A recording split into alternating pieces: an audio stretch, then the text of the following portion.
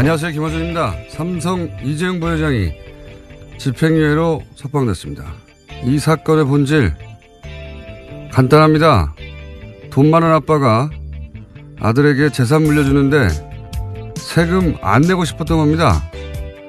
거기서 출발해 무사히 재산 물려받느라 온갖 방법 동원하다가 대통령 비선 실세에게 말 사주고 뒷돈 주다가 들킨 거. 그냥 그겁니다. 이게 무슨 인류 공용을 위한 한 인간의 위대한 투쟁 그런 거 아니에요. 그런데 사법부는 이재용 부회장이 피해자라고 합니다. 존경하는 판사님, 웃긴 소리 좀 하지 맙시다. 당했다는 피해자의 재산이 어떻게 오히려 늘어납니까? 강도가 돈 챙기고 피해자 집에 더 큰 금괴를 두고 왔어요. 그게 당한 겁니까? 서로 주고받은 거지. 그리고 판결 해설 기사 쓰는 기자님들도 사기 좀 치지 맙시다. 그냥 삼성이니까 풀려나가잖아요. 삼성이 당신들 아빠도 아닌데 뭘 그렇게 구구절절 변명을 해줍니까? 사법부도 언론도 그렇게 삼성 앞에서 알랑방구만 안 껴도 삼성이 이렇게는 못하죠. 삼성과 맞서 싸우라는 게 아닙니다. 적어도 알랑방구는 끼지 말자 우리. 예. 쪽팔리지 않습니까? 집행유예 뉴스 듣고 생각합니다. 쪽팔리게는 살지 말자. 김어준의 다짐이었습니다.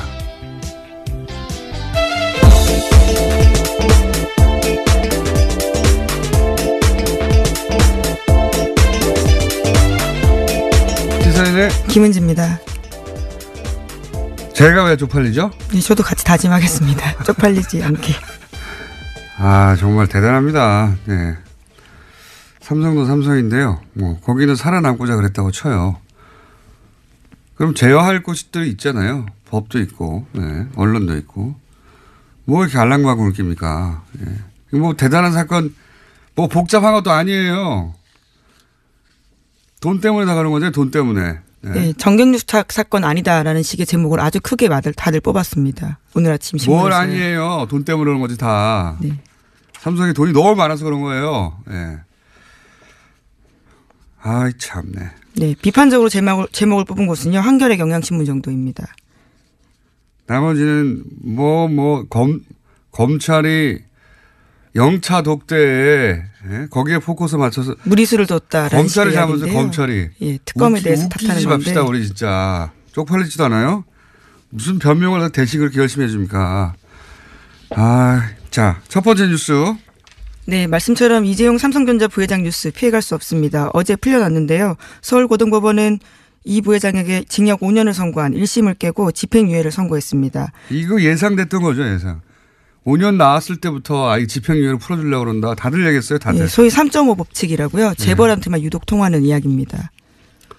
자, 재판 판결 내용을 간단하게 요약하면요. 네, 정치 권력과 자본 권력의 부도덕한 밀착이라고 1심 판결이 한 바 있는데요. 이에 대해서 뒤집었습니다. 삼성의 피해자 논리를 공인해 준 셈인데요. 재판부는 이 사건을 최고 정치 권력자인 박근혜 전 대통령이 국내 최대 기업 집단인 삼성그룹에 경영진을 겁박하고 최순실 씨가 그릇된 모성애로 사익을 추구한 사건이다라고 규정했습니다. 재판부 판결은 핵심은 삼성이 피해자라는 거예요. 웃기는 소리입니다. 진짜. 삼성이 계속했던 주장인데요. 이를 드디어 들어준 겁니다. 삼성 변호인단 주장을 그대로 받아들인 거예요. 예. 그리고 그러면 그럴 거면 재판을 뭐 합니까? 왜 합니까? 그리고 결과적으로는 전부 박근혜 전 대통령이 다 뒤집어 쓴 겁니다. 현재. 이 판결 나오자마자 박사부는 거리를 뛰어나가야 되는 겁니다. 그리고 예를 들어서 조원진 애국당 지금 올림픽 때문에 지금 시위하고 있거든요. 거기 갈 지금 때가 아니에요. 다 사법부 앞으로 몰려가야 돼, 애국당. 그리고 자유한국당 내 진박들 지금 뭐 좋은 제대로 된 판결이라고 자유한국당에서 그러는데 들고 일어나야 돼요. 다 박근혜 대통령이 혼자 했다는 거예요, 이게. 삼성은 당했다는 겁니다. 네, 박근혜 전 대통령 쪽 요구에 수동적으로 응했을 뿐이다라는 게 어제 재판부의 판단입니다. 재판의 핵심은 그거예요. 당했다. 피해자다. 네. 그리고 전부 다 박근혜 전 대통령, 최순실 둘이서 했다는 겁니다. 예. 정경유착의 의무도 굉장히 한정적으로 해석을 했고요. 그렇기 때문에 이재용 부회장은 개별 현안에 대해서 어떤 청탁도 하지 않았다라고 판단하고 있습니다. 사회 공헌하느라고 그랬다는 거 아닙니까? 웃기지 좀 맙시다 진짜. 사회 공헌 활동 일환으로 집행했다. 돈도 다. 야 대단하지 않습니까? 재판부. 정영식 부장판사님. 네. 웃기는 소리죠. 자 관련해서 읽어볼 만한 뉴스는 한 개밖에 없어요. 네. 네, 제일 의미 있는 보도들을 하고 있는데요. 비판적으로 어제 재판에 대해서 이야기하고 있습니다. 이재용 부회장 혐의는 5가지인데요. 이에 대해서 가장 제가 무거운 것은 재산국외 도피죄입니다. 이 부분을 전부 무죄로 해줬는데 이에 대한 논리가 굉장히 눈에 띕니다. 재산국외 도피 의사가 없어서 단지 장소가 외국이었다라는 겁니다. 코미디를 하고 있어요 정말. 네. 재산국외 도피 의사 없고 하필이면 장소가 외국이었다라는 우연히 거죠. 장소가 외국이라는 거예요. 아니 강도가 칼을 찔렀는데 단지 몸에 맞았을 뿐이라는 거예요. 이게. 예. 네, 분명히 해외에 있는 페이퍼 컴퍼니에 돈을 보냈고요. 그에 대해서 삼성도 알았다는 정황이 굉장히 많습니다. 그럼에도 불구하고 우연히 해외였다라는 식의 주장들을요. 재판부가 받아준 겁니다. 강도가 칼을 찔렀는데 몸에 맞았을 뿐이다. 그러라고 찌른 건데 그건 팔운동이다. 뭐 이런 논리예요. 말도 안 되는 소리를 저희가 이정열 판사님이 곧이어 나올 거기 때문에 전문적인 얘기는 그때 하고요. 제가 이해한 대로 무식하게 하겠습니다. 네. 말도 안 되는 얘기고 그러다 보니까 이제 굉장히 무거운 게 이제 재산 국외 도피 50억이 넘으면 10년 이상이거든요. 네. 이거 다 빠졌고 그리고 또 정말 웃기는 건 저는 그 삼성 합병 문용표 홍완선까지도 있습니다. 네. 두 사람은 다 실형을 살고 있는 상황인데요. 문용표는 유죄예요. 삼성 합병 관련해 가지고 경영권 승계하는데 예? 그 문용표 전 장관요. 예. 전 장관입니까? 예, 정확하게? 그렇죠. 예, 당시에는 운영위원장이기도 했는데요. 국민연금공단 예, 예. 네. 국민연금공단 이사장. 네, 예. 네, 발음이 잘 안 되네요. 흥분해가지고 이사장. 문영표 이사장은 삼성 합병하는데 국민연금공단 공금연단이라는 자꾸 예, 국민연금공단입니다. 국민연금공단 이사장이 역할을 했다는 거 아닙니까? 이거하고도 전혀 앞뒤가 안 맞는 이야기예요. 예, 여기는 항소심까지도요. 그렇게 결과가 나왔습니다. 그러니까요. 그러니까 이 재판 결과로 따지면 문영표 이사장 혼자서 괜히 아무도 안 시켰는지 혼자서 지금 삼성을 위해서 몸바치다 감옥 가게 된 거예요. 네, 승계 작업과 관련한 묵시적 부정청탁 없었다는 주장을 계속하고 있는데요. 다른 재판과도 배치되는 내용입니다. 그러니까 이게 어떻게 된 거냐면 강도가 칼을 휘둘렀을 거 아니에요? 칼 혼자 허공에 떠 있게 됐어요 지금. 지금 칼 손을 잡고 휘두른 사람 없어졌어요 지금. 이 재판대로 하면 칼 혼자 외로이 허공에 떠 있습니다. 어떡합니까? 말도 안 하는 재판이에요. 그러면서도 이 재판에 보면 이재용 지배력에 유리한 영향을 미쳤다. 삼성이 이득을 봤다고 또 얘기하고 있어요. 네, 그렇습니다. 일부 그렇게 인정을 하고 있어서요. 또 앞뒤 논리가 맞지 않다는 비판도 받고 있습니다. 자기 혼자도 앞뒤가 안 맞는데 예. 지금 칼 혼자 허공에 떠 있다. 문영표 이사장 외롭게 됐어요. 굉장히. 현재 실형을 살고 있는 중입니다. 실형을 살고 있죠. 그리고 제가 뉴스 예를 들어서 24시간 보도하는 YTN 제가 여기 올 때마다 YTN을 들으면서 오는데 YTN 뉴스를 TBS를 보면 안 들으시고요. 네, TBS는 제가 할 거잖아요. 그때 그 시간에는 뉴스가 또 아니에요. 그래서 어떻게 보도되나 이제 들으면서 옵니다. 이 도대체 언론이 얼마나 문제인지 아주 여실히 드러나는 보도에 오늘 6시 예를 들어서 6시부터 시작하는 YTN 출근길이 많이 듣죠. 보면은 10분 내내 올림픽 소식이에요. 그런데 뭐 올림픽이 어떻게 준비되고 있고 뭐 선수단이 어떻고 이런 얘기 아니에요. 다 북한 방문단 얘기. 그다음에 나머지는 올림픽에서 북한이 체제 선전하는데 미국이 거기 넘어가지 않을 것이다. 한 10분 정도 그 얘기만 합니다. 올림픽 소식을 빙자한 북한 소식의 북한 핵 이야기, 북한 원자로 얘기. 북한을 최대 압박할 것이다.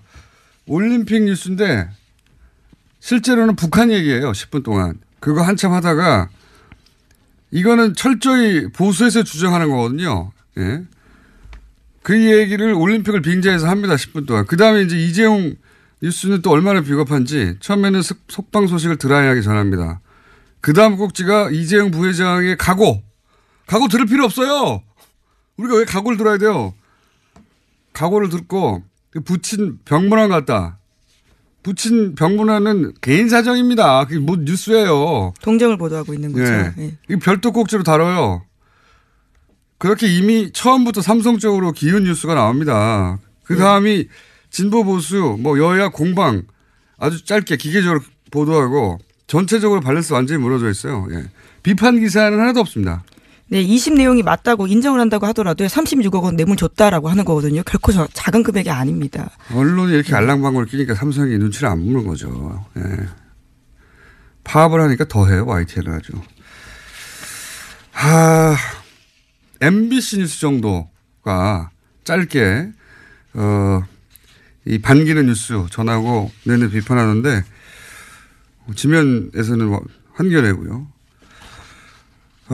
정말 비겁합니다. 정말 다들 뭐 편들어 주라는 게 아니잖아요. 네? 언론이 그러라고 있는 게 아니잖아요.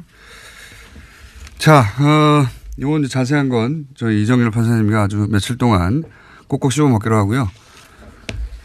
다음 뉴스 넘어가 보죠. 네, 김백준 씨, 그러니까 이명박 정부에서 총무기획관을 했던 김백준 씨 기억하실 겁니다. 김 씨가 이명박 전 대통령의 또 다른 뭉칫돈에 대해서도 털어놓았다라고요. 어제 JTBC가 보도했습니다. 이명박 전 대통령이 현금 3천만 원 주면서 박영준 씨에게 주라고 했다라는 건데요. 박 씨는 이명박 정부 시절에 왕차관이라고 불렸던 실세였습니다.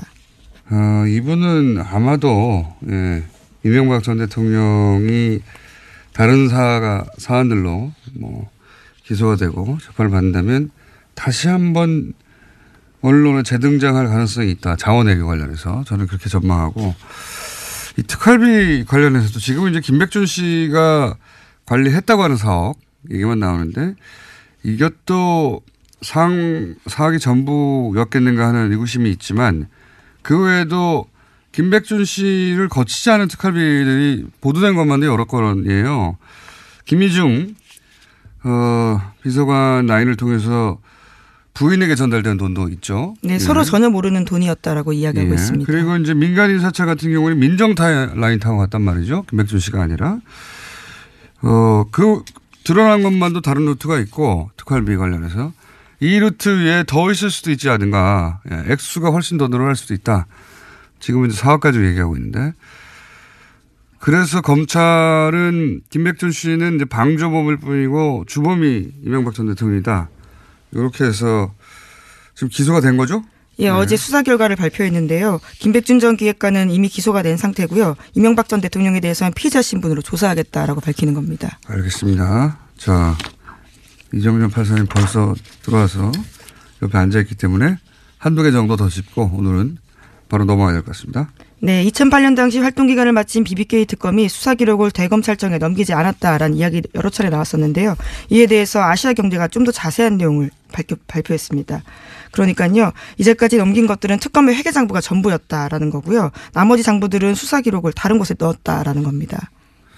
근데 이제 그 다른 곳으로 갔다는 수사 기록은 최교일 현 자유한국당 국회의원하고 김수남 당시는 3차장 이분들이 MB 라인이었다 이렇게 추정해 볼 수 있죠. 예, 실제 그렇게 평가받기도 하고. 그러니까 중앙지검에는 회계 내용만 넘기고 실제 수사 기록은 그쪽으로 안 줬다. 예, 중앙지검 총무국에 기록이 가 있었다라고요. 아시아경제가 보도하고 있는데 이에 대해서는 조금 더 수사가 필요할 것으로 보입니다. 의도가 있었겠죠. 예, 그런 수사 기록을 그렇게 나눠서 보낼 이유가 뭐가 있습니까? 2벌을 보냈다면 모르겠는데 혹은 3벌을 보냈다면 뭐 카피하면 되는 거거든요. 근데 그걸 나눠서 보냈다는 건 의도가 있는 거죠. 예. 오늘 여기까지 하겠습니다. 시사인의 김은지였습니다. 감사합니다. 예. 바로 이어서 이정열 전 부장판사님 법무법인 동안에 겨우 사무장 하고 계십니다. 사무장이 겨우는 아닌데 부장판사로서는 국내 유일해. 세계 최초에. 은하계 최초죠. 예. 기네스북 보유자. 자, 앞으로 이제 여러 번 할 테니까요. 어차피. 오늘은 이 뭐랄까요. 이 판결의 성격 규정, 내용의 성격 규정, 핵심, 요약 이런 정도로 한번 해보죠.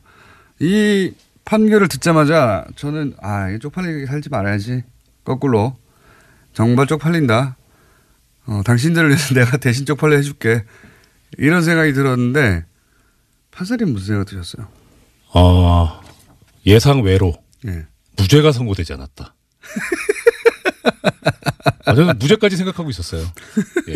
돌아가는 분위기도 그렇고 재판부도 그렇고. 그 재판부의 성격으로 봐. 예. 과거의 행적으로 봐. 네. 무죄까지도 막 내려버릴 수 있는 사람들이다. 그러니까 조윤선 전 장관 판결처럼 예. 국회에서의 위증한 부분은 유죄할 수도 있을 것 같은데 예. 나머지는 전부 무죄하지 않겠느냐.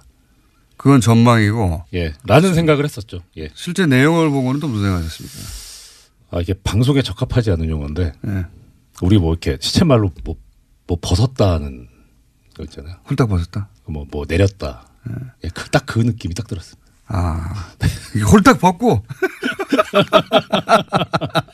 대충 무슨 일이 아닌데. 대충 자기 방어를 하느라고 예. 이렇게 피해가는 것도 아니고 완전 홀딱 벗고 덤빈 겁니까? 다 그랬다고 보기는 뭐한 게 예. 사실 이 지금 판결에 나타난 논리를 그대로 관철하면 예. 그러면 유죄가 인정된 부분도 무죄일 것 같아요. 근데 그 논리대로라면 예, 전부 무죄를 했다가는 예. 정말 난리가 날 테니까. 예. 그래서 일부 이제 유죄. 약한 거 약간 살짝 걸어둔 겁니까? 네. 예. 그 정도로 홀딱 벗었다. 네. 자, 그럼 들어가 주세요. 성격 정리가 끝나고 나서 홀딱 벗은 판결이다. 자, 그러면은 저는 이게 이제 피해자로 만들어지고 전부 다 박근혜, 최순실에게 떠넘긴 거다. 예. 보수의 본령이라고 생각하는 박근혜 전 대통령 사랑하는 분들은 거리로 뛰어나와야 된다. 그렇죠. 이렇게 얘기했는데 맞습니까? 저도 동감입니다. 아까 밖에서 공장장님 말씀 들으면서 정확하게 짚으시는구나. 네. 네. 이거 박수 칠 때가 아니죠. 예, 진짜 그야말로 어떻게 박근혜 전 대통령을 이런 식으로 나쁜 사람을 만들어버릴 수가 있어요. 자유한국당 재판도 안 해놓고. 자유한국당에서 절반 정도 뛰어나가야 되는 거예요. 애국당도 뛰어나가야 되고 지금 박사모도 뛰어나가야 되고 모든 걸 다 나쁜 사람 2명이 다 했다. 예. 이재용 부회장은 일방적으로 당했다 이거 아닙니까 지금? 게다가 이 재판부에서 이제 최순실 씨 관련해서 이런 얘기를 했잖아요. 그릇된 모성애가 지나쳐서. 그릇된 모성애. 사실 최순실 씨에 대한 평가는 박근혜 전 대통령도 그럴 줄 몰랐다라는 거였거든요. 네. 그러니까 그쪽에 또 떠넘기고 있었는데 그것조차도 인정하지 않았어요. 그러니까 엄청난 거죠 이거는. 다 떠넘겨버린 거예요. 야, 그 성격은 그러하고 네. 그리고 이제 문제가 사실 이거 예상했던 바이기도 합니다. 5년 떨어졌을 때 판사님하고 며칠에 걸쳐서 요거 이제 집행유예 하려고 하는 네. 냄새가 너무 많이 난다. 그렇게 하나하나 짚었었어요. 그죠? 짚었었는데 또 아까 제가 얘기했던 것 중에 하나가 이거 좀 칼이 허공에 둥둥 떠 있다고 지금. 문영표 이사장 뭔가 강도가 일을 하기 위해서 칼을 휘둘렀는데 휘두른 사람이 사라지고 칼만 남았어요.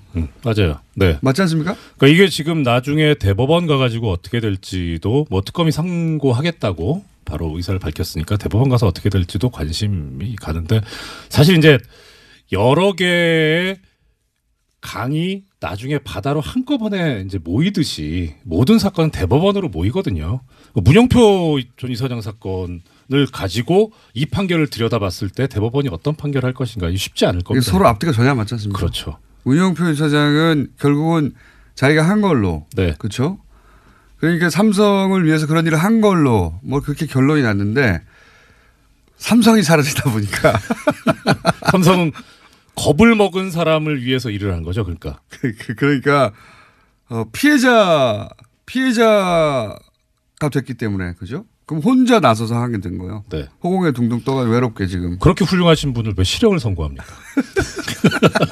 박애주의자인데. 그러니까.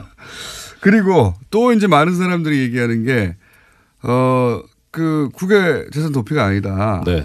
그게 우연히 외국이더라. 이런 건 논리 있지 않습니까? 네. 이게 진짜 웃긴 거 아니에요? 그게 사실 좀 일반인들은 받아들이기 힘든 논리인데. 워딩의 전후를 봐야 되는데 저는 그거는 좀 그런 게 이 사건에서 본질이랄까 핵심 쟁점은 이게 뇌물이냐 아니냐 네. 이거거든요. 그러니까 뇌물이 되면 횡령이고 재산 도피고 범죄 수익은이고 줄줄이 다 들어가는 거고 네. 뇌물이 아니면 그것도 다 줄줄이 아닌 거예요. 아, 그런 식으로 연결. 그러니까 뇌물이 아니었으니까 그건 당연히 무죄인데 자기들의 논리를 좀 더 강화하려고 여러 개 저러 개 이거저거 끌어쓰다 모아 보니까 결국 이거는 뇌물이 아니니까 재산 도피도 아니고 그런데 그 다음에 또 나간 게 뭐냐면 여기서 문장이 좀 이상한 게 있는데 여기서 뭐라 그랬냐면 이게 코어 스포츠 코어 쪽에 넘어가는 돈이다. 이거는 최대한 뇌물의 성격을 가지고 있는 거다. 그러니까 재산 도피를 하려면 내 거를 외국으로 보내야 되는 건데 뇌물을 주겠다고 하는 거니까 남한테 주려고 보낸 거니까 이거는 재산 도피는 아니다라는 것까지 나왔거든요. 그것도 그런데 웃기다. 예. 그 다음에 이제 더 나가서 한 게 그러면 이제 이것 떼고 저것 떼고 하니까 남은 거는 장소가 외국이라는 것밖에 안 남는다. 이런 워딩이었는데 아하. 근데 이제 그게 그거만 살려놓으면 그렇죠. 장소가 외국이니까 장소만 외국이었을 뿐 이렇게 그 논리 되는 거긴 해요. 전개를 하다 보니 거기까지 간 거라는 말씀이군요. 그렇죠. 예. 그래도 웃기긴 웃깁니다. 웃기죠. 예, 그렇죠. 굳이 할 필요 없는 얘기였죠. 홀딱 그냥 받고. 예. 그러니까 이게 원래 그렇잖아요. 말이 많다는 거는 자신이 없다는 거잖아요. 사람들이 뭐라고 할까봐. 예, 이것 쓰고 저것 쓰고 한 거죠. 비록 벗긴 하였으나 벗은 게 들키면 안 되니까요. 이렇게 저렇게 얼기설기 꼬매가지고 가린 거 아닙니까? 그렇죠. 요 얘기하다 보니 시간이 다 됐네. 이 재판과 관련된 본질을 얘기하고 이 몇 페이지짜리 판결문이에요? 아, 판결문은 아직 안 나왔고요. 지금 보도자료가 나온 것이 한 19장 정도 됩니다. 보도자료도 엄청 기네요. 이제 보도자료를 근거로 이제 말씀하시려고 했는데 이 얘기하다니까 시간이 다 갔고 보도자료가 아니라 이제 판결문을 자세히 보면서 이제 하나하나 말씀하실 거잖아요. 앞으로. 저 며칠 나와야 돼요? 아니, 딴 데서 안 하니까요. 할 수 없어요. 우리가 자세히 하는 수밖에. 네. 그리고 오늘 이제, 그러니까 오늘은 영차입니다. 이거는. 다루는 영차 독대를 인정 안 했는데, 예. 이건 지금 영차 독대인 거예요. 네. 예. 그러니까 카운팅이 안 되는 건데요. 이 재판 판결 관련해서 전직 부장판사로서 하고 싶은 얘기 있으십니까? 보통은 이렇게 자신의 정치적인 성향을 드러내거나 가지고 있더라도 조심을 해요. 네. 왜냐하면 오해를 살 수 있으니까. 네. 그리고 그 전제로서 공과 사는 명확하게 구별을 해야죠. 나는 뭐 성향이 보수적이든 혹은 진보적이지만 예. 그거 무관하게 판결을 내리려고 노력하고 이게 그렇죠. 영원히 남는 판결문이니까요. 그럼요. 네. 근데 이거는 좀 제가 지금까지 역대급 판결이 법원에서 나온 역대급 판결을 두 개를 꼽는데 하나는 한명숙 전 총리 판결이고 또 하나는 정몽구 전 현대자동차 회장 판결이거든요. 네. 참 역대급으로 쓰레기 판결들인데 능가합니다. 코멘트를 뭐 이 정도면 네. 역대급 쓰레기라고. 자, 영차 독대였고요. 네, 앞으로 몇 차까지 이정열 판사님과 독대가 이어질지 모르겠습니다. 왜냐하면 모든 언론이 이런 얘기를 하고 있으면 저희가 할 필요가 없잖아요. 예. 딴 거 하면 되는데 안 하니까 할 수 없이 합니다. 자, 오늘은 영차 독대였습니다. 이정열 전 부장 판사님이었고요. 이재용 판결 관련해서 앞으로 최소한 4차, 5차까지는 독대가 이어질 거라고 예상됩니다. 자, 여기까지 하겠습니다. 감사합니다. 고맙습니다.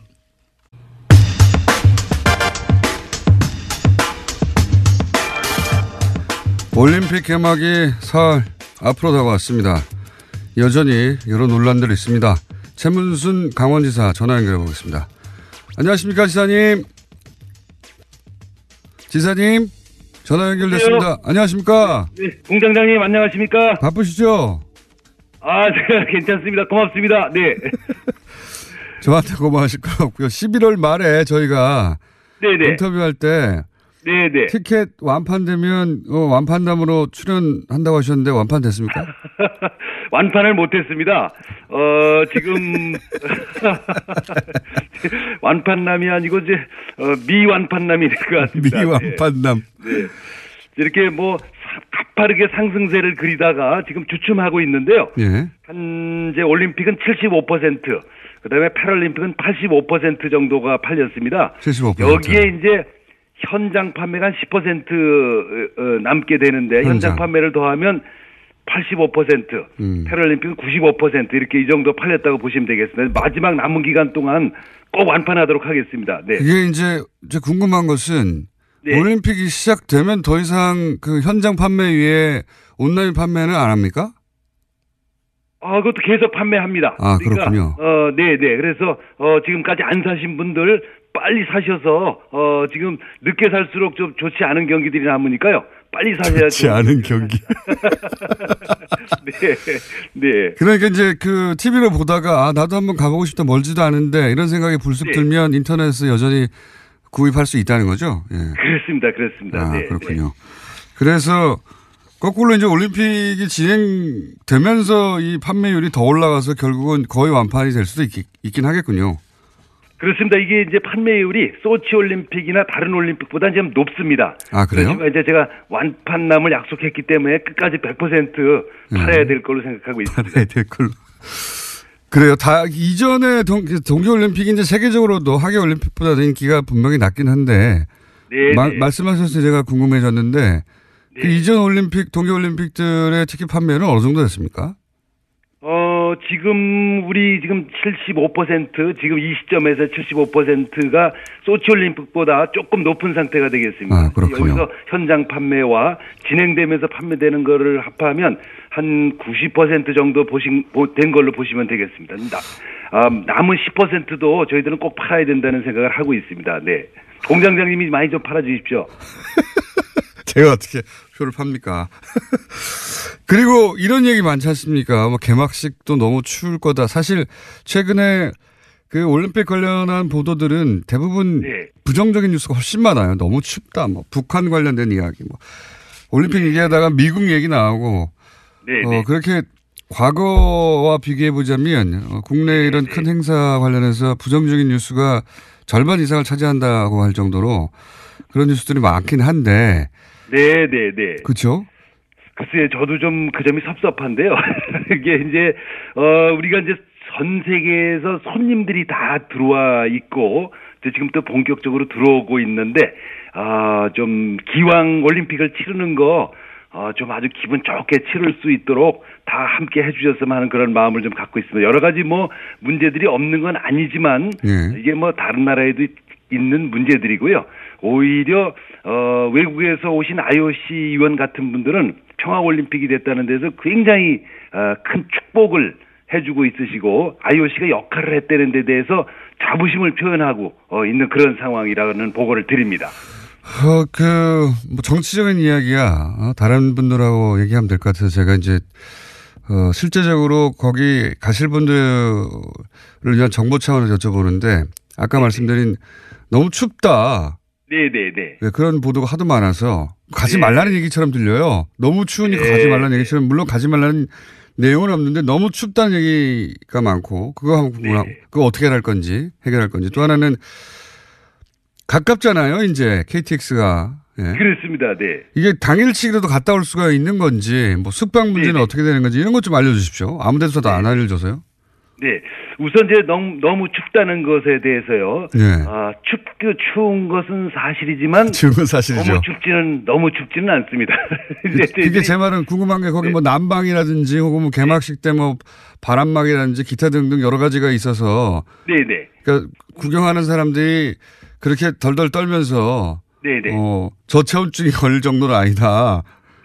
마치 저체온에 걸려서 뭐 실내 갔다는 사람들 얘기도 나오고 그러니까 아이고 저 너무 추워서 못 가겠다 이렇게 생각이 들거든요. 그렇습니다. 근데 이제 저도 뭐 몇 번 거기서 공연을 봤는데요. 다소 추운 건 사실이지만 그걸 못 볼 정도거나 뭐 저체온증에 실려서 쓰러질 정도거나 그런 정도는 아닙니다. 뭐 추운 게 사실이지만 온풍기 있고 뭐 담요 있고 뭐 이렇게 제공한다는데 맞아요? 그렇습니다. 우선 이제 5종 세트를 제공합니다. 모자에서부터 담요까지 핫팩까지 5종 세트를 제공해 드립니다. 5종 세트 모자, 담요, 핫팩. 나머지 두 개는 뭡니까? 나머지 이제 이렇게 우이처럼 이렇게 그렇게 장갑 이렇게 전부 나눠드리고 자리에 전부 비치가 돼 있고요. 그다음에 그게 무료로 주는 건가요? 네. 무료로 주는 겁니까? 무료로 드립니다. 무료로 드립니다. 아, 그래요? 네. 그리고 정 추우신 분은 들어가서 몸을 녹일 수 있는 온실을 자리 주변에 준비해 놓고 있습니다. 아, 따로. 예. 네네. 그래서 정 추우신 분들은 거기서 잠깐 몸을 녹이시고 다시 자리에 오셔도 될 수 있게 이렇게 해놨습니다. 당일치기는 가능합니까? 당일치기 가능합니다. 근데 이제 서울에서 강릉 평창까지 한 2시간 남짓 걸리니까 당일치기 가능한데 헐레벌떡 다녀가셔야죠. 그렇게 굳이 헐레벌떡 이렇게 세계적인 축제를 즐기는데 그렇게 헐레벌떡 다녀가실 필요가 있으신지 저희가 좀 가능하면 2, 3일 주무시는 게 어떠신가 하는 추천을 드리고요. 저희들이 지금 숙소가 아직도 많이 남아 있습니다. 그렇군요. 민박을 비롯해서 예. 싸게는 4만 원, 5만 원짜리부터 시작해서 한 10만 원 정도까지 싼 숙박업소들이 지금 많이 남아 있습니다. 여전히. 예. 네, 네. 숙박 바가지 요금 이런 얘기도 언론에 보도가 되는데 그런 문제는 해결이 됐습니까? 완전히 해소됐습니다. 이제 그동안에 초창기에 예약 초창기에 그런 일이 있어가지고 예. 저희들이 여러 자정 결의도 하고 저희들 단속도 하고 그래서 지금은 굉장히 싼 숙박이 많이 남아 있다는 말씀을 드리고요. 와서 좀 편안히 좀 주무시고 며칠 즐기다 가셨으면 하는 바람 말씀드립니다. 알겠습니다. 하도 올림픽 관련해서 이제 긍정적인 뉴스나 혹은 지금 말씀하신 종류의 뉴스가 잘 안 나와서요. 제가 네네. 굳이 지사님을 모시고 이런 얘기를 하고 있는데 공동 집행위원장이시니까 이런 소식 알려주셔야죠. 예. 네, 고맙습니다. 그 외에 보도가 충분치 않아서 네. 잘 모르고 있는데 올림픽을 직접 즐기기 위해서 오면 이런 게 좋다. 이런 시설이 개장이 됐다. 알려주실 거 있으십니까? 네, 우선 이제 이번 올림픽이 예를 들어 소치 올림픽하고 다른 점이 뭐냐 예. 이렇게 물으신다면 우선 한쪽에서는 올림픽이 진행되고 다른 한쪽에서는 올림픽 축제가 진행됩니다. 축제. 우리나라가 아직 올림픽 경기를 즐기지 않으시는 분들도 꽤 있기 때문에 그분들을 위해서 각종 문화 공연이 한 450개 공연 정도가 준비되어 문화공연이요. 그다음에 음식이라든지 그다음 여러 전시 이런 것들이 있어서 재미공장이라고 그럴까요? 재미공장이 이렇게 재미공장 지금 뉴스공장 인터뷰하신다고 갖다 붙이신 겁니까? 조금 좀 생각을 해봤습니다. 급하게 갖다 붙이신 티가 납니다. 급조한. 네. 지금 올림픽 선수촌에 이제 북한 선수들도 입촌했지 않습니까? 네, 이미 들어와 있습니다. 네, 어떻게 지내고 있나요? 저도 잘 모르겠어요. 그래서 우선 잘 모르시겠죠, 사실. 네, 밖으로는 접촉을 잘 안 하고요. 예. 지금 제가 접촉이 좀 자유로운 분은 장홍 IOC 위원.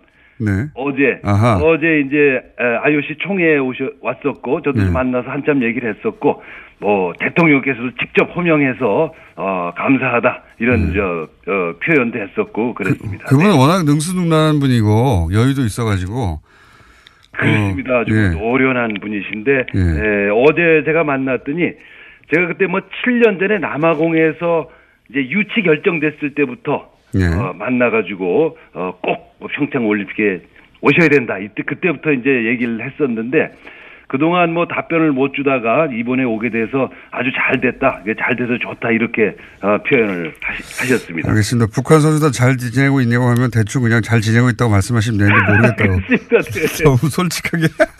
한 가지만 여쭤볼게요. 네네네. 그 여자 아이스 하키 선수단에 네네. 이제 초미의 관심 대상이 됐었는데. 네네네. 혹시 그 선수들은 서로 잘 지내고 있는지 아십니까? 글쎄, 저도 뉴스를 보고. 네, 잘 모르시는군요. 저는 이제 안의 소식은 잘 모르겠고요. 예. 밖에서는 그 경기를 보겠다는 분들이 너무 많아서 예. 경기장 안에 다 수용을 못합니다. 아, 거기는 이미 완판입니까? 그건 완판입니다. 네. 아, 그리고 밖에다가 저희가 그 월드컵 때처럼 대형 스크린을 만들어 놓고 공동 응원단을 밖에서 하게 해달라. 이래서 지금 밖에서 5천 명이 될지 10,000명이 될지 응원단들이 전국에서 지금 몰려오신다고 그래서요. 그거 지금 준비하느라고 지금 준비하고 있습니다. 네, 거기 무슨 내막은 잘 모르겠고 밖에 준비하느라고 정신이 없으시군요. 자, 그럼 오늘 여기까지 하고요. 올림픽 진행되는 중에도 저희가 내부 소식은 잘 모르시겠지만 또 밖에 소식 궁금할 수도 있지 않습니까? 네, 그렇습니다. 네, 공장장님도 꼭 좀 와주시기 바랍니다. 저도 한 번은 가볼 생각입니다. 그렇지 않아도. 예. 네, 거기서 뵙도록 하겠습니다. 네, 감사합니다. 네, 고맙습니다. 감사드립니다. 네, 지금까지 최문순 강원지사였습니다.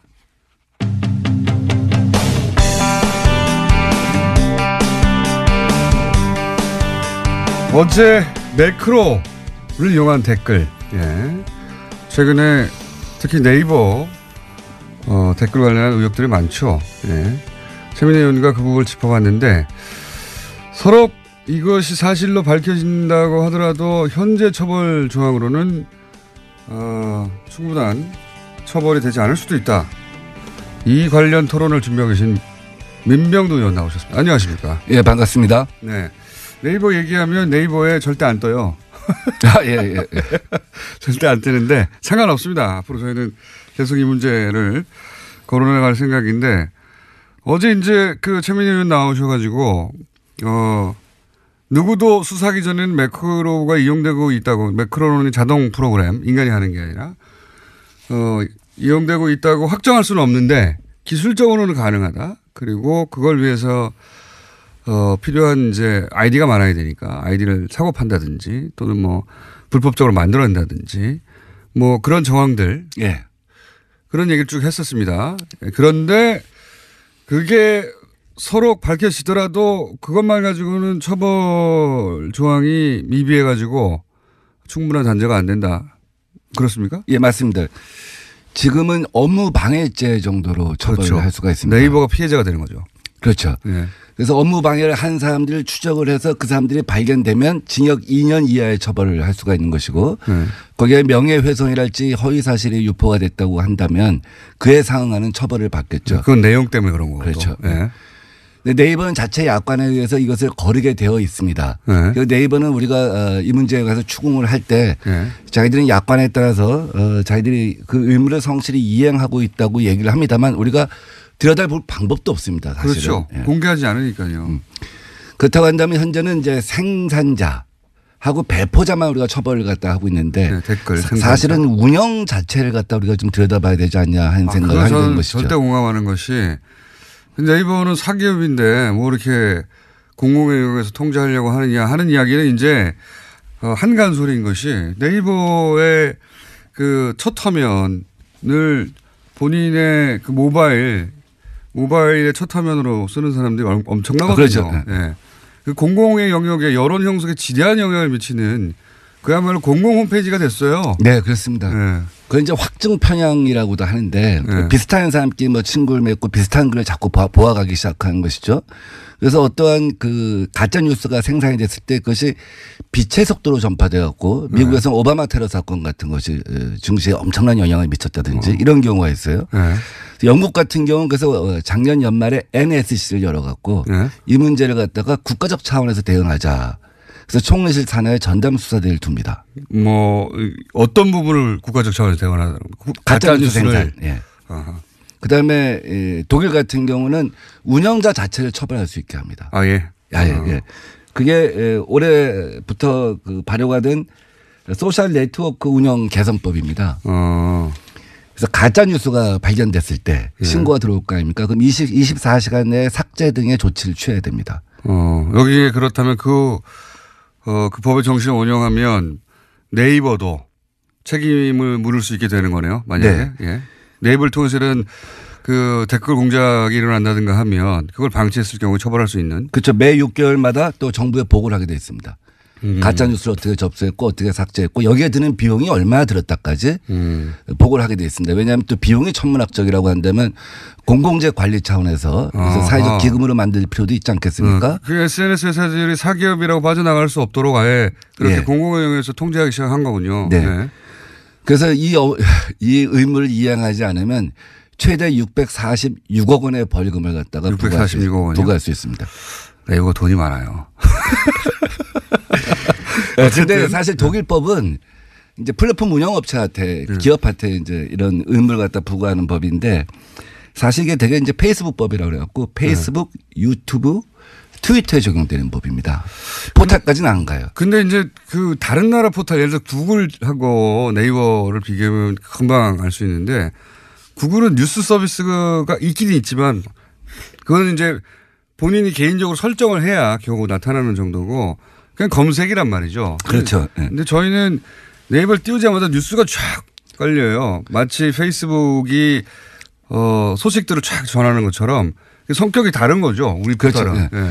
그래서 이제 그 나라는 이런 그 SNS에 대해서만 네. 플랫폼 운영업체한테 의무를 부과하는 법을 만든 거고 프랑스는 뉴스 사이트까지 그 의무를 부과했습니다. 아, 프랑스는 뉴스 사이트에서 하는군요. 네. 그러니까 이제 한국 같은 경우는 반드시 포탈에 적용을 해야 되는 것이죠. 그렇죠. 한국적 특징이 있으니까요.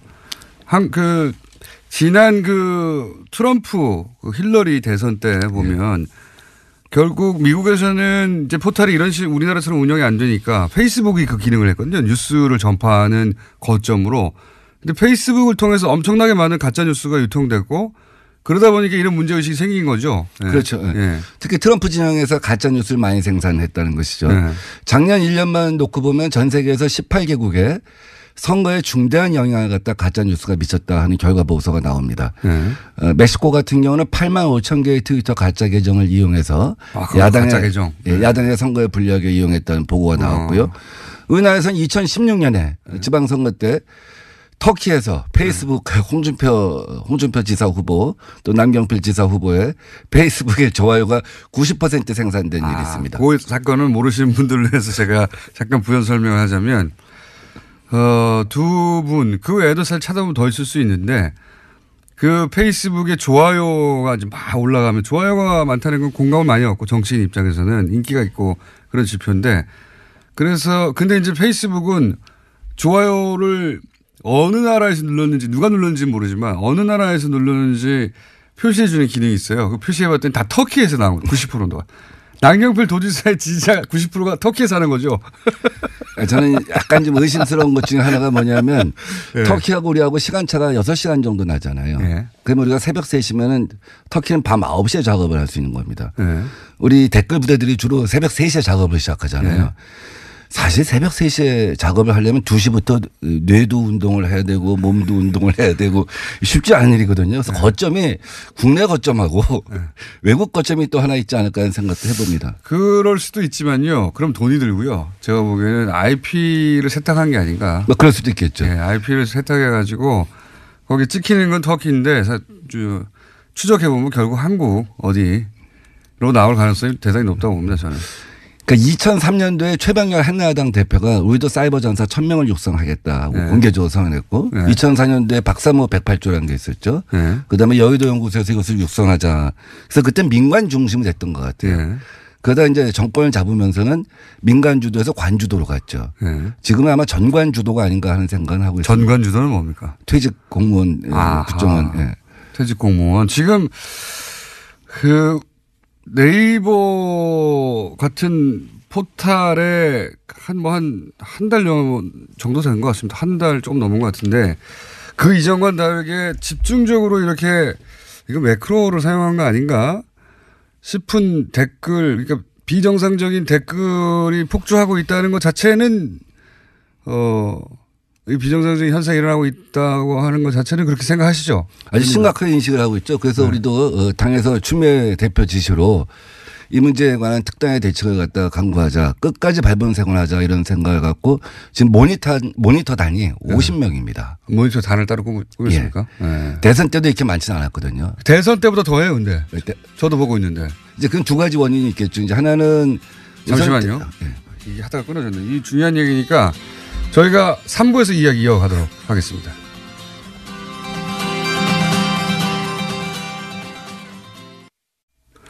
자, 2부에 이어서 저희가 마무리를 못해서 민병도 의원과 네이버 관련 문제 마무리를 좀 해보겠습니다. 다른 나라는 이제 SNS를 운영하는 주체를 처벌하는데 우리는 그런 관련 법률이 없다. 예. 해서 개정해야 된다. 신경민 의원이 처벌 규정에 포함된 법률안을 발의를 하긴 했죠. 예. 그러니까 정보통신망법을 개정을 해서 매크로에 대해서 그 챗봇 작동에 대해서 처벌하도록 한 법안입니다. 이제 이 법안은 여전히 생산자하고 배포자만 처벌을 하는 매크로를 것이죠. 써서 여론을 조작하거나 가짜 뉴스를 포털을 통해서 유포하거나 그래서 그런 이제 사람들을 처벌하는 규정이 있고. 그래서 제일 중요한 것은 플랫폼 운영자한테 그러니까요. 책임을 부과하는 법안을 한국에서도 만들어야겠다 하는 것이 하나고요. 어제 최민희 의원 나와서 말씀하셨지만 개정을 주고 사고 팔고 네. 하는 것을 미국 같은 경우는 사기 행위로 봅니다. 정치인이나 사기죠. 기업인들이 네. 그렇게 하는 것에 대해서 그런 사기 행위로 처벌하는 법도 필요할 것 같다는 생각이 들고요.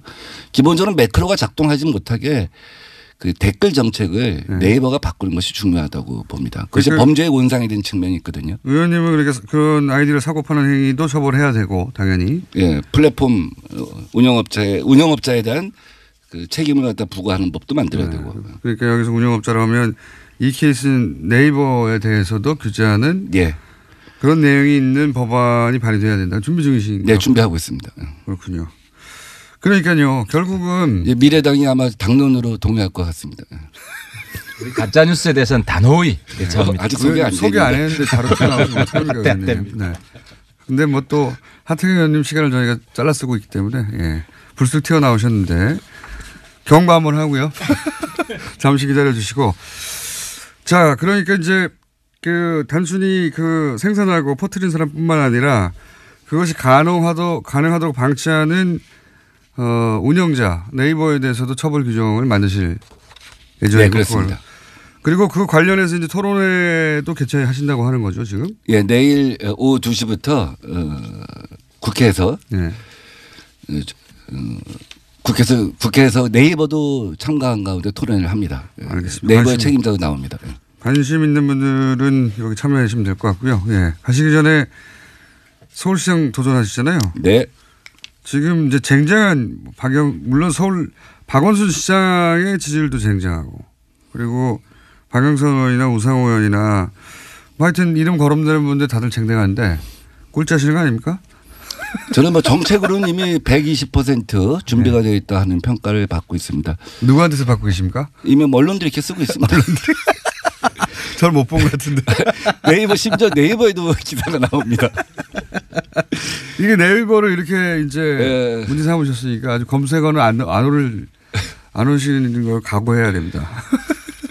예, 정책으로는 뭐 120% 준비가 되어 있다 한 제가 말씀을 갖다 다시 한번. 기사가 몇 개나 났습니까? 120% 전부 준비되어 있다는 게.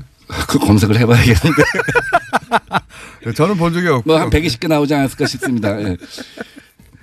한 가지 더 얘기하시고 가시죠. 이건 뭐 서울시장 관련해서 무신 자리는 아닌데 나오셨으니까 한두 마디는 제가 또 예의상 여쭤봐야 되니까 120% 정책은 준비되어 있고요. 정책만으로는 나머지 쟁쟁한 후보들을 꺾기가 어렵지 않습니까? 그래서 제가 도장 깨기를 이제 조만간 선언하려고 합니다. 도장 깨기. 최배달의 그 가라데 일본에서 가라데 고수들을 도장마다 찾아다니면서 1대1로 붙어갖고 도장 깨기를 하지 않았습니까? 그래서 제가 박원순 시장님 페이스북에 오늘 친구 신청을 해서 도장 깨기를 페이스북에 가서 페이스북에 친구 신청을 해서 민병두가 만든 정책. 그 누구도 상상해보지 못한 정책. 박원순 시장이 5만 명의 공무원과 수백 명의 싱크탱크를 갖다 동원해서 6년 7년 동안 만든 정책과 민병두가 만든 정책을 1대 5만으로 도장 깨기를 하자. 오늘 이제 박원순 시장님 페이스북에 도장 깨기 신청합니다. 예. 의원님 그거는 계정 깨기예요. 도장 깨기가 아니라. 자 여기까지 하고요. 계정 깨기 진행되면 저희가 짧게 한번 연결해 보겠습니다. 지금까지 더불어민주당 민병두 의원이었습니다. 감사합니다. 네, 감사합니다. 네, 고맙습니다. 예.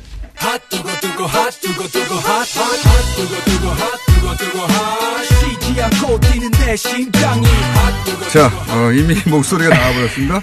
하태경 최고위원 나왔습니다. 예, 반갑습니다. 하태입니다. 이제 미래당입니다. 아, 그렇군요. 미래당으로 아직 신고가 된 건 아니죠? 아닙니다. 이제 네. 정치적으로 합의한 거. 정치적으로. 그럼 예. 바른당이 아니라 미래당으로 불러드릴까요? 이제 뭐 이미 부르고 있습니다. 지역구에서는. 네. 엊그제부터 자, 미래당 의원으로 부르고 미래당에서는 최고위원이 아니니까 그럼 미래당 의원. 있습니다. 미래당 저는 이제 사실상 백의종군 할 겁니다. 밑에서 열심히 도와주고. 당 대표 막 얘기하시더니 그거는 이제 저 지방선거 이후에나 생각해 볼 문제고. 이후에다. 외부의 훌륭한 인사들 영입하기 위해서. 예, 미래당 하태경 의원. 아니 그럼 최고위원 아니니까 부를 필요가 없잖아 이제. 우리는 당이 더 커졌기 때문에. 미래당은 그러니까 바른정당은 커졌는데 예. 국민의당은 더 작아졌어요. 질적으로 봐야죠. 지지율이. 지지율. 국민의당 지지율이 5%대 가다가 네. 요즘은 최소한 15%대 가고 있습니다. 근데 그거 저 여론조사 전문기관에 물어보니까 예. 그렇게 높게 나오는 이유가 있다고 하더라고요. 질문을 할 때부터 높게 나오는 질문을 설계하였다. 이런 통합 쪽이니까. 예, 뭐 그건 당연하죠. 우리는 통일 좋아합니다. 통합 좋아합니다. 통합 문제 있을 때 반대에 서면 깎입니다. 뭐 어쨌든 바른정당이 이제 앞으로 뭐 오랫동안 갈 거라고 했는데 이제 사라졌어요. 예. 바른정당 2기 바른정당. 2기 바른정당이다. 우선 큰 뉴스니까 다른 얘기하기 전에 예. 이재용 부회장 판결에 대해서 어떻게 생각하십니까? 그거는 뭐 이정열 판사 전문이 있는데 네. 이제 저는 이제 개인적으로 청문회 때 봤잖아요. 네. 그때 이재용 부회장한테 제가 야단을 많이 쳤어요. 네. 근데 야단 많이 친 이제 근저에는 뭐가 있었냐면 붕 떠 있더라고요. 붕 떠 있다는 건 무슨 의미입니까? 밑에 네. 이제 자기 밑에 이제 실무진들, 네. 뭐 부사장, 전무 이런 사람들을 장악하고 있지 못해요. 제대로 파악하고 있지 못해요.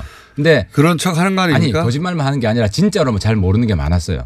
그래서 모른 척 이제 하는 거겠죠. 제가 뭐 징역도 먼저 살은 선배인데 징역 먼저 산 사람으로 보니까 그러니까 징역 사는 사람 중에 두 부류가 있어요. 징역이 보약이 되는 사람이 있고 독약이 되는 사람이 있는데 네. 이재용 부회장 같은 경우는 좀 징역 체질이 좀 있다. 그러니까 좀 본인이 더 강해지고 나온 것 같아요. 아니 체질이 있으면 오래 있어야죠. 그건 이제 나중에 또 뭐 사법부가 결정할 일이고. 이 판결에 대해서는 어떻게 생각하십니까? 판결에 대해서는 내가 자세한 내용을 안 봤는데 이렇게 말씀하시면 기본적으로 한 말씀만 드리면은 예. 그 김진태 의원 아침에 뉴스를 보니까 네. 판결 정말 잘했다. 네. 그거는 완전히 김진태 의원의 본분을 잊어버린 거다. 본분을. 지금 친박의 핵심으로서 예. 이재용 판결이 낮을수록 박 대통령 판결이 높아진다는 이 상관관계를 완전히 무시한 거라는. 그러니까 김진태 저도 그거 동의하는데 김진태 의원은 소위 말해서 본인이 이제 친박 중에 친박이라고 계속 공개적으로 주장해 그러니까 왔는데 이재용 판결 두둔하면 안 되는 거지. 이재용 판결은 박근혜 전 대통령에게 매우 불리합니다. 이렇게 돼 있어. 이재용 판결 잘한 걸 보니까 박근혜 판결 기대도 되겠다. 말도 안 되는 역적 발언이야. 역적 발언이죠. 네, 박근혜 판결 올라가게 돼 있습니다. 그러니까 그렇죠. 이런 일관성은 그쪽에서 친박이 이번에 망한 이유가 뭐 일관성이 없어요. 그러니까 박근혜 전 대통령보다 삼성이 더 중요했던 거죠. 그렇게 생각할 수밖에 없어요. 본인이 삼성으로 전향했나? 삼성으로 친박들이 삼성으로 전향했나? 친삼으로 변했나요? 본인이 법률가인데 모를 리가 없지 않습니까? 그 의미는. 그렇습니다. 예. 예. 그건 그렇고 의원님이 생각하시기엔 어떤 생각입니까? 곤란하십니까? 기본적으로 네. 곤란한 건 아니고 우리는 기본적으로 사법부 판결을 일단 존중을 합니다.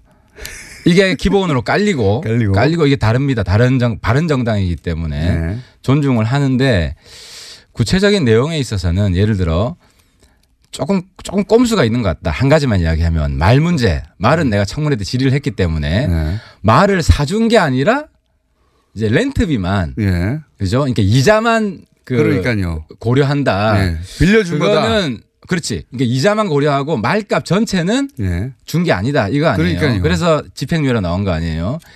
이게 판사의 법리적으로는 뭐 법 전문가니까 따져볼 문제가 있겠지만 예. 국민 눈높이에서는 뭐가 다른데.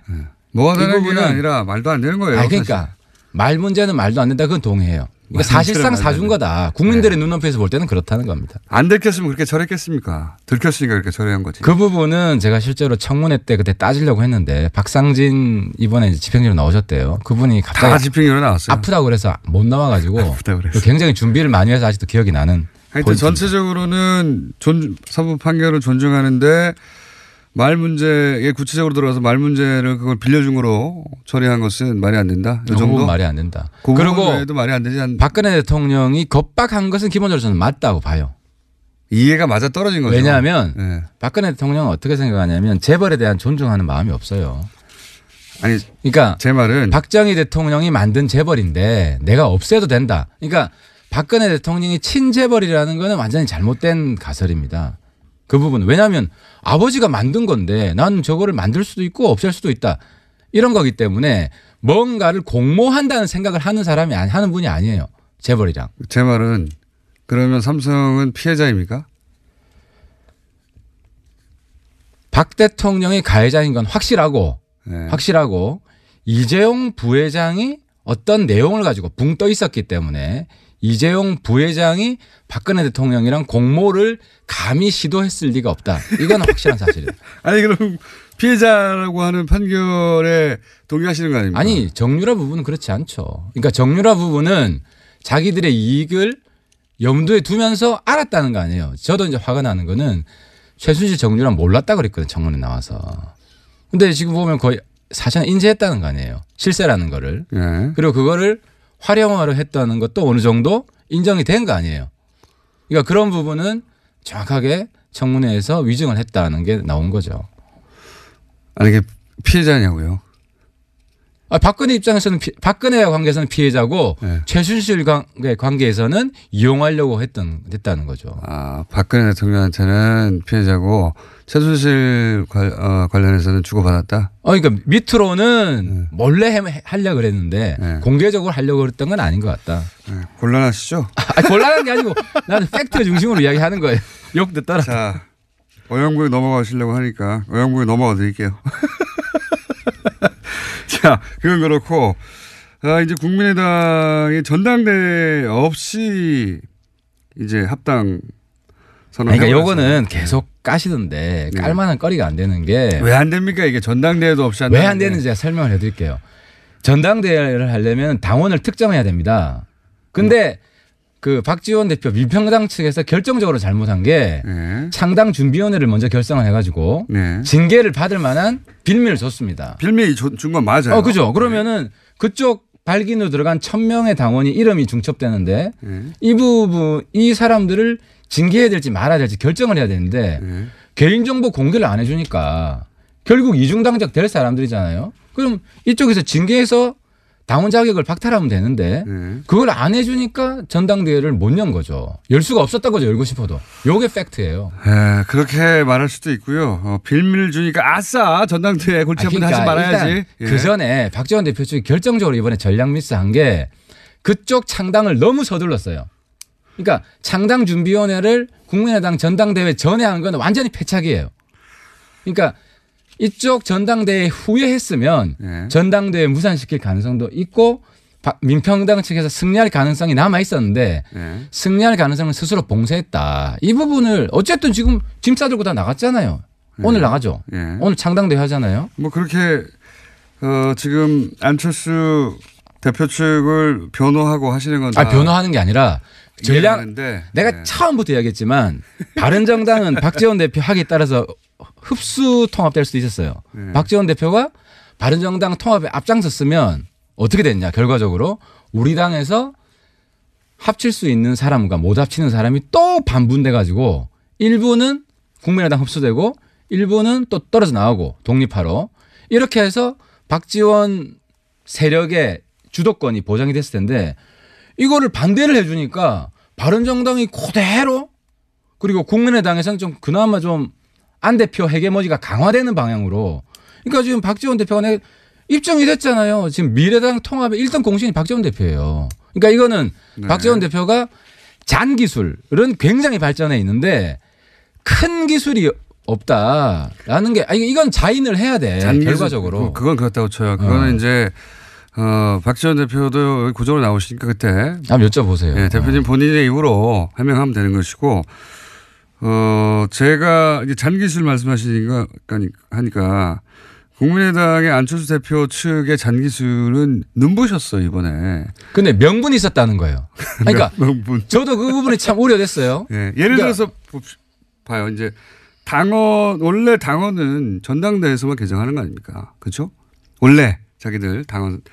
그런데 전당대회를 열지 않았어요. 그러면서 뭐라고 하냐면 당원을 개정하면 즉시 효력이 발생하는데 그런데 이런 질문 자체가 뒷북치는 거야. 다음 대회에 추인한다. 앞뒤가 서로 안 맞아요. 공장장님이 좋은 건데 이거를 지금 큰 그림에서 봐야지. 역사의 큰 흐름이 바뀌고 있는 거고. 큰 그림은 큰 그림 이거 아닙니까? 보수 동네 가가지고 자기가 짱 먹겠다는 거 아닙니까? 안철수 대표가. 그걸 위해서 다 이런 무리수를 둔 거죠. 뭐. 아니 보수 동네에서도 일부 올 거예요. 네. 우리는 이제 이 정말 박지원 대표한테 고마운 게 네? 한국당을 괴멸시킬 수 있는 미래당이라는 좋은 수단을 제공해 주신 것. 이게 그러니까 하나 있고 거기를 무너뜨려서 또 하나 이쪽이 깨질 거라는 건 왜 생각 안 해요? 민주당도 네. 지난번에 안희정 사태에서 보듯이 친문과 친한이 싸우고 친문과 친 이재명이 싸울 수 있습니다. 물론 그리고 그런 일이 벌어질 수 있습니다. 그리고 우리는 언제든지 열려 있습니다. 특히 그럼 싸워서 미래당으로 간다고요? 아니 그쪽에도 옵니다. 왜냐하면 이게 어떤 흡인력이 있냐면은 바른정당 사람들은 네. 한국당에 얼마 안 되지만 괜찮은 사람들을 흡수할 수 있는 잠재력이 있고 요 국민의당에 있는 사람은 민주당 쪽에 괜찮은 사람들 흡수할 수 있는 아니 거기 왜 잠재력이 있는 갑니까? 거지. 지지율 낮은데. 앞으로 한번 보자고요. 그러니까 앞으로 한번 보자고요. 1단계는 한국당이 없어집니다. 한국당이 없어지고 사실 저는 민평당도 오래 안 갈 거라고 보지만 일단 뭐 이번에 창당했으니까 네. 감사하다는 뭐 덕담을. 그러니까 자, 이 디테일 그럼 빼고요. 네. 뭐 전당대회 했냐 아니냐 빼고 본질을 얘기하자면 안철수 대표가 합당을 하는 이유는 바른정당 좋으라고 하는 건 아니잖아요. 그죠? 당연히. 안 대표 본인의 미래가 있다고 생각했겠죠. 그렇죠.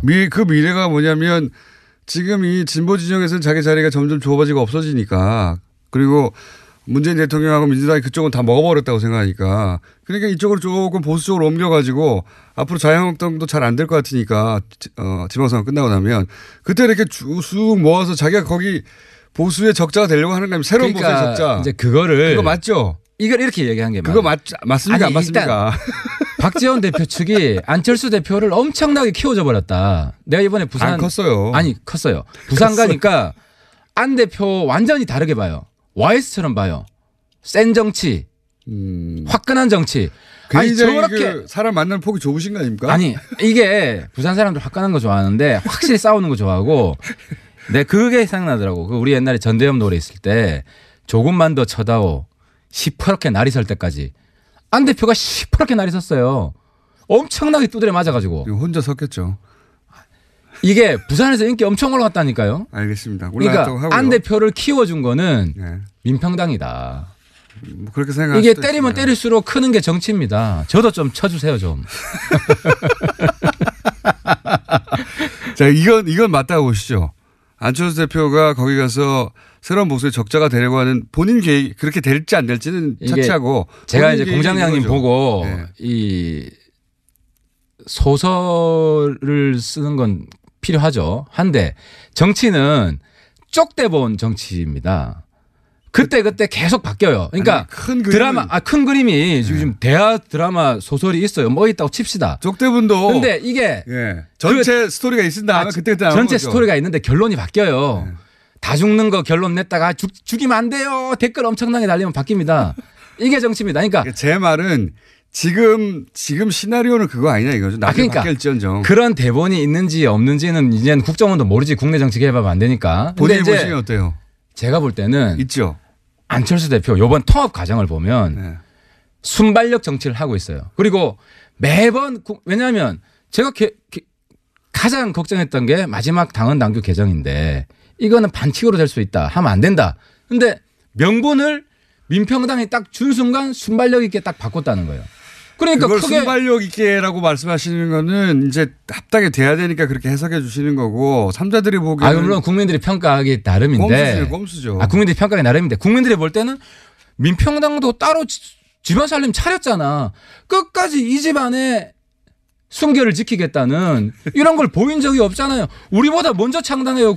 우리보다 먼저 창당하는 분이 우리 당 만드는 거 어떻게 알겠습니다. 비판합니까? 네. 그렇게 말씀해 주셔야 하는 입장이 있다는 거는 제가 충분히 이해하고요. 그러니까 제가 다른 디테일 가지고 얘기해봐야 입장이 갈리고 그건 또 민평당 쪽에서 얘기할 내용이니까 제가 궁금한 건 안철수 대표의 시나리오는 그런 게 아니겠는가. 그 정도는 적어도 바른정당에서 간파하고 있지 않습니까? 그러니까 시나리오는 움직인다. 이 네. 부분을 전제하고 이야기를 해야 되는데 움직일 어떤 텐데. 시나리오가 있는지는 모르겠지만 그러니까 아시잖아요. 안 대표가 제가 볼 때는 큰 정치를 이번에 배웠습니다.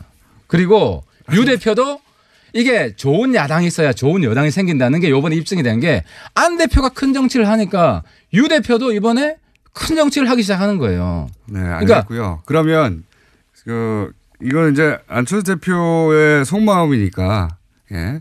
그걸 어떻게 읽느냐 하고 여쭤본 건데 이제 다 읽었지만 말할 수 없는 걸로. 속마음이 계속 바뀐다. 이게 정답이지. 나도 제 마음이 계속 바뀝니다. 어제 마음이 바뀌고 오늘 마음이 바뀌고. 그 마음이 계속 바뀔 수준인데 목표가 한 가지 있어요. 목표. 한 가지 변함 없는 거는 우리가 집권을 하기 위한 이거 두 번째 집권하기 위해서 한국당 없애야 된다. 자, 그건 알겠고요. 그리고 민주당에 좋은 사람들 우리가 품을 수 있어야 된다. 알겠고요. 이런 기본적인 원칙은 가는 거죠. 그러면 안철수 대표의 입장은 또 안철수 대표 측으로부터 듣기로 하고 그걸 어떻게 해석하느냐를 물으려고 하는데 그걸 답을 안 하시니까 그러면 유승민 대표 쪽 입장, 바른정당 쪽 입장을 얘기해 볼게요. 바른정당도 그러면 똑같은 방식으로 얘기하자면 이렇게 합당해서 몸집을 키운 다음에 요 새로운 보수의 적자가 되려고 하는 거 아닙니까? 그죠? 새로운 보수라기보다 새로운 미래의 주인이 되고 싶어 하는 거죠. 그러니까 이제 보수 인기 있습니까? 그 중에 보수. 인기 있는 보수는 개혁 보수, 새로운 보수인데 네. 한번 보십시오. 한국당의 거의 70-80% 이상 다음 총선에 날아갑니다. 총선까지 얘기하지 마시고 일단 지방선거 지방선거 때 이후에 예. 우리 입장에서는 지방선거 때 한국당 괴멸시키는 게 목적이죠. 네. 그죠? 그러면은 우리 당의 좋은 자원들 이제 합당하면 구체적으로 논의할 겁니다만 최대한 내고 지금도 좋은 사람들이 통합이 되니까 당장 당협위원장 신청하는 사람들부터 제가 궁금한 건 이거예요. 안철수 대표의 지금 1차적인 목표는 새로운 보수, 뭐 개혁적 보수 뭐라고 하든 간에 중도 보수라고. 새로운 진보와 새로운 보수의 인재들이 다 몰려온다는 거죠. 중도라고 합시다. 그럼 새로운 중도라고 하는 뭐라고 부르든 그 자리에 적자가 되는 게 그쪽의 목표라면 유승민 대표도 그 자리에서 적자가 되는 게 목표잖아요. 그죠? 선의의 경쟁하는 거죠. 네, 그래서 그 자리에 가서 중도라고 부르든 새로운 보수라고 부르든 개혁 보수라고 부르든 명칭은 중요하지 않고 그 자리에서 적자가 돼서 다음 대선을 가져가겠다. 이게 큰 그림 아닙니까? 그러니까 다음 대선은 경선을 하는 거고 네. 가장 멋진 경선, 가장 재밌는 경선. 우리는 이미 한번 유승민, 남경필 멋진 경선을 보여줬어요. 경선이 주목을 그렇게 받지는 못했지만. 네. 근데 유승민, 안철수 그리고 또 다른 뭐 이런 경선이 이루어지면 네. 엄청난 하이라이트가 될 겁니다. 이번에 민주당 경선이 관심을 모았잖아요. 그죠? 네. 근데 다음 경선은 미래당 가장 큰 관심을 모을 겁니다. 그러니까 제가 궁금한 거는 그러니까 미래당 경선에서 깨지는 거 아니냐? 그 말이 아니라 똑같은 말의 반복인데 유승민 대표도 거기 적자가 되고 싶은 것처럼 안철수 대표도 거기 적자가 되려고 이렇게 나온 거잖아요. 그러니까 거기 2등하면 또 탈당하고 깨지는 거 아니냐? 좀 쳐치려고 그러는 거지. 아니 그렇다기보다. 그러니까 그럴 리가 없다니까. 그 정도 페어플레이 정신은 다 있고. 그 말을 하려는 건 아닙니다. 제 말은 이 노력 전체 양쪽 모두가 네. 다음 대선 먹으려고 하는 건데, 그죠? 그렇죠. 다음 대선을 먹으려고 하는 건데 여기 향후 20년 집권 플랜. 그러기 위해서 중간에 했던 일들 다 꼼수도 굉장히 많아요, 사실. 아니 근데 꼼수가 있다고 하더라도 명분이 있느냐 없느냐 정치는 그게 중요한데 이번 안 대표를 처신을 보면 명분이 있다는 거예요. 명분을 또 민평당 측에서 계속 제공해줘 왔다는 거죠. 알겠습니다. 네, 이 이야기는 뭐 도돌이표니까 어쨌든 이번에는 게임에서 사실 내가 이겼잖아요. 뭘 이겼어요? 미래당 게임에서 내가 이겼지. 민평당 미래당 게임에서 우리 공장장이랑 계속 설전을 했지만 네. 결과가 보여주는 거죠. 결과가. 어떤 거 보여주고 싶어요? 지지율이 보여주는 것이고 누가 더 박수를 치냐. 예를 들어 내 민평당 비판 한번 할게요. 네. 민평당 가고 싶어도 안 가요. 왜? 지도부 어떻게 꾸렸는지 보세요. 네. 그게 내가 실명은 안 거론하겠지만 그게 변화와 혁신을 위한 지도부입니까? 그 조백수 대표님. 네. 내가 아직도 기억나는 게 여기 와서 한미 FTA 내 기억이 나는데 들었어요. 그날. 아니 한미 FTA 재협상을 트럼프가 요구했는데 왜 문 대통령이 사과하냐고. 네. 거기가 무슨 친문이냐고. 그잖아요. 그 부분 조배숙 대표 사과해야 돼요. 한미 FTA 재협상 문 대통령 보고 사과하란 거를 조배숙 대표 사과해야 됩니다. 비례대표는 어떻게 하실 거예요, 그러면? 네, 엄청 고민 많이 했는데 이런 거예요. 출당 안 시킬 거예요. 이야기를 했어요. 개별 여러분들하고 얘기를 해보니까 왜 나가려고 하느냐. 안철수에 대한 사적 감정이에요. 아니 이유가 어쨌든 한번 물어볼게요. 내가 안 시킵니까? 시킵니까? 안 시킵니다. 단호하게 왜냐하면 특정인을 싫어한다는 것만으로 출당을 시켜주면 그 당이 제대로 된 당이냐. 그러니까 그 당의 지도자를 믿지 못하는 게 왜 작은 이유입니까? 이제 안철수 대표도 아니야. 조금 있으면. 아니 그 당의 간판이고 그 리더고. 나 같으면 그 당의 리더를 믿지 못하면 그 당의 리더를 축출시키려고 노력하고 자기가 축출 못 시키면 자기가 패자인 거지. 아니 그리고 말이 바뀐 거잖아요. 아니 바뀐 게 아니고 내가 시간을 달라 그랬잖아. 솔직히 얘기하면은 그 설득은 못 하겠고 설득할 시간을 달라고 이유를 했고. 보니까 개인적인 거야. 그럼 이유는 안 된다. 그래서 내가 출당 안 돼. 이렇게 아니, 이게 한 2주 동안 그분 개개인들하고 이야기를 해봤는데 나가려는 이유가 공명정대한 명분이 없어요. 특정에 대한 사적 감정밖에 없어요. 사적 감정이 아니라 우리는 안철수의 사당이 아니라 미래당이라는 새로운 공당이고 어쨌든 출당 안 시키는 거죠. 아니 아무런 명분이 없고 이런데 이거를 예를 들어 유승민 싫다고 하는 사람 넣으면은 그 사람 출당시켜줘야 돼요. 그거는 공당으로서 갈 길이 아니죠. 기본적으로 당의 3분의 1을 차지하는 그 당의 얼굴이자 간판이자 리더 다음 대통령이 되겠다고 하는 사람 못 믿겠다는데 그게 무슨 작은 이유입니까? 사적 감정이지. 그러니까 자질이 없다. 못 믿겠다. 그러니까 다음 경선에서 안철수 대표를 안 밀고 유승민 대표를 밀면 되지 그분들은. 아니 출당 안 시킨 이유는 저쪽이. 아니 그러니까 예를 들어서 우리 당 내에서는 강제 당론 투표도 없어요. 자기가 소신 투표하면 돼요. 하태도 바른정당에서 원래는 출당 시킨다면서요. 검토를 내가 해보겠다. 시간을 달라 그랬잖아. 그래서 내가 그분 개개인들하고 이야기를 해봤어요. 유승민 대표는요. 생각이. 유승민 대표는 제가 지금 설득해서 안 시키는 쪽으로 바뀌었죠. 안 시키는 쪽으로. 아니 근데 너무 얄팍한 거 아닙니까? 얄팍한 게 아니라 이야기를 해보니까 뚜렷한 명분이 없는데 이유는 출당 안 시킨 이유는 또 간단하죠. 저쪽 출동시키면 너무 커지니까. 그게 아니라 캐스팅 보드 그분들은 예를 들어서 우리 당이 강제 당론 투표를 안 합니다. 소신 투표를 충분히 할 수 있고 또 우리가 합리적이지 못한 그 투표를 하지도 않고 우리 당이 하여튼 문재인 대통령이 도와줄 때는 우리가 도와주지. 아니 조배수 대표처럼 그렇게 억지로 반대합니까 우리가? 어쨌든 민평당이 반대하면 억지로 반대하지. 출당 안 시키는 게 거의 확정적이에요. 명분이 우리는 예를 들어 김연아 의원 같으면 탄핵에 찬성하고 반대한 뚜렷한 객관적인 공적인 명분이 있어요. 그분들이 무슨 명분이 있어요? 알겠습니다. 명분이 없는 걸로 하고. 아니 명분 물어봤으면 좋겠어. 안철수 싫다 이거밖에 더 있어요? 그냥 저 사람이 싫다가 아니라 신뢰를 잃고 자질이 없대잖아요. 그러니까 그럼 안철수 대표 안 찍으면 되잖아. 다음 뭐 그렇다고 안철수 대표가 신뢰하지 못하고 자질이 없다고 생각해서 그분을 출당시킬 수 있는 건 아니잖아요. 아니요. 그분들은 안철수를 출당시키려고 노력을 해보세요. 어떻게 세 명이 출당시킵니까? 저는 맞겠지만. 그러니까 당이 하도 계속 얘기하지만 절이 싫으면 중이 떠나야지. 절 보고 자꾸 이사하라고 하면 안 되죠. 못 떠나잖아요. 그러니까 보내달라는 거 아닙니까? 이게 공명정대한 명분이라도 있으면 제가 그분들 편을 들으지만. 알겠습니다. 고생하십니다. 의원님.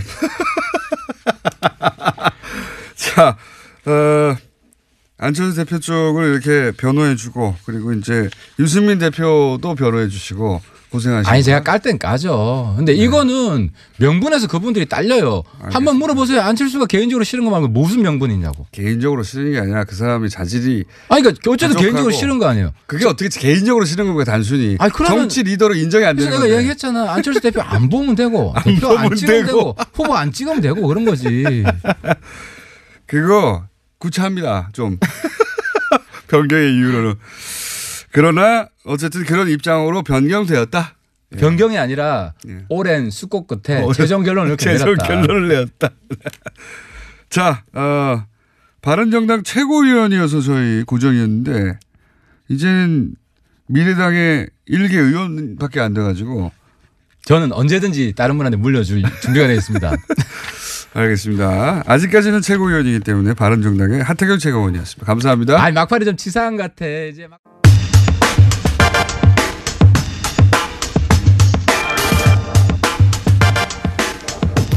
북한이 평창올림픽 대표 단장으로 김영남 최고인민회의 상임위원장을 보냈습니다. 이게 어떤 의미일까요? 정세현 전 통일부 장관, 까칠한 장관님 연결됐습니다. 안녕하십니까? 예. 이제 반응 안 하시네요. 까칠하다는 말에. 예. 그러려니 하시는 거군요. 예. 앞으로도 계속 하겠습니다. 띨띨한 사람에 대해서 무슨 띨띨한 사람에 대해서. 그럼 제가 까칠한 장관이라면 띨띨한 진행자라고 하세요. 자, 이 의미를 좀 짚어주십시오. 김영남 위원장은 직접 만나신 적도 있는 걸로 아는데 김영남 위원장이 대표 단장으로 온다. 이게 어떤 의미입니까? 북한 입장에서 풀어보자면. 헌법상 국가 수반이에요. 예. 북한은 이제 공산당이 운영하는 국가이기 때문에 공산당 국가이기 때문에 권력은 당 쪽에 있지만 그러니까 김정은 당 위원장이 갖고 있지만 예. 나머지 행정 분야 뭐 행정 사법 입법 이쪽은 다 김영남 위원장이 총괄하게 되어 있습니다. 헌법상 국가수반이에요. 그러니까 이런 국가수반을 지금 평창에 보낸다는 얘기는 남북 대화를 상당히 앞으로 잘해보자. 뭐 격을 높여서도 해보자 하는 그런 메시지가 담겨 있고 가능하다면은 펜스 부통령이 온다는 걸 확인하고 아마 보낼 거예요. 근데 지금 펜스 부통령과 만날 수 있는 여지가 있는지 그것은 좀 두고 봐야 되겠지만 어쨌건 미북 대화에 대한 강력한 의지도 담겨 있다고 생각합니다. 그러니까 미국으로 치면 대통령 대신에 넘버 투인 부통령이 오는 것과 비슷한 급이 오는 거다 이렇게 생각하면 되는 겁니까? 그렇죠. 직접 만나보신 적도 있지 않습니까? 한두 번 만났죠. 어떤 사람인가요? 그분이 이제 평생을 외교관으로 국제부에서 대외관계 다루던 분인데 98년부터는 지금 20년 전부터는 이 최고인민회의 상임위원장이라고 하는 자리 헌법상 국가수반 역할을 하고 있지만 그 전에는 외교부하고 당의 국제부 왔다 갔다 했습니다. 그러니까 굉장히 노련한 외교관이죠. 인상은 아주 인자는 할아버지 같아요. 베이스가 외교군요. 네. 원래 외교부죠. 근데 그러다 보니까 외교관으로서의 잔뼈가 굵었기 때문에 말을 모범 답안에서 벗어나지 않는 그런 발언만 하더군요. 그래서 좀 어떻게 보면은 심심한데 그래도 심심하죠. 예. 얘기하면 심심해요. 근데 우리 공장장처럼 재미있지는 않아요. 근데 그러나 메시지는 정확하게 전달합니다. 그래서 이번에 김영남 위원장이 아마도 김정은 당 위원장의 뭐 구두 메시지가 됐건 뭐 친서까지는 안 가져오겠지만 최소한 구두 메시지는 가져올 텐데 남북 정상회담 관련해서 뭔가 얘기가 좀 나오지 않겠나. 왜냐하면 금년 1월 문재인 대통령 신년 기자회견에서 남북 정상회담도 할 수 있다, 하고 싶다 하는 얘기를 하지 않았습니까? 네. 거기에 대해서 뭔가 애둘러서라도 뭐 반응을 보이지 않을까 하는. 이게 넘버 2를 보냈다는 거는 이제 문재인 대통령에게 전달할 직접 메시지가 있는 것으로 봐야 하고 그리고 미국 펜스 부통령과 기회가 된다면 만날 기회도 모색하는 그런 의미를 해석해야 된다는 거죠, 지금? 그렇죠. 그러니까 뭐 깊이 있는 대화는 나누기 어려울 거예요. 펜스 부통령이 일단 북한 인권 문제를 가지고 좀 대북 뭐 비판이라고 그럴까 네. 공격을 시작하겠다고 좀 원비어의 아버지를 지금 같이 데리고 오지 않습니까? 예, 처음부터 그렇게 치고 나오고 있어요. 네, 네. 그런 거 보면은 뭐 미팅은 현실적으로 불가능할 것 같고 예. 리셉션장이나 이런 데서 소위 조우 인카운터 우연히 만나서 서로 이렇게 마주보고 있는데 무슨 아는 척 안 할 수 없으니까 악수하는 정도는 하겠지만 예. 그래도 그런 것이 밖으로 비춰지는 데는 미북 대화 가능성에 대해서 신라 같은 희망을 좀 줄 수 있다고 생각하죠. 그리고 같이 오는 사람들은 누군지 모른다 이렇게 보도되고 있는데 누가 포함될 거라고 보십니까? 글쎄요, 넘버 2가 오는데 넘버 3를 보내지는 않을 것 같아요. 이게 말하자면 최룡해 같은 사람이 또 오지는 않을 것 같고, 예. 아마도 남쪽에 오기 때문에 대남비서, 그러니까 통전부장을 겸하고 있는 대남비서 김영철 비서가 오지 않겠는가. 이제 그렇게 생각을 하고, 그 다음에 좀 체육 관련해서 고위급 인사가 국가체육지도위원회 위원장이라는 사람이 있습니다. 최휘.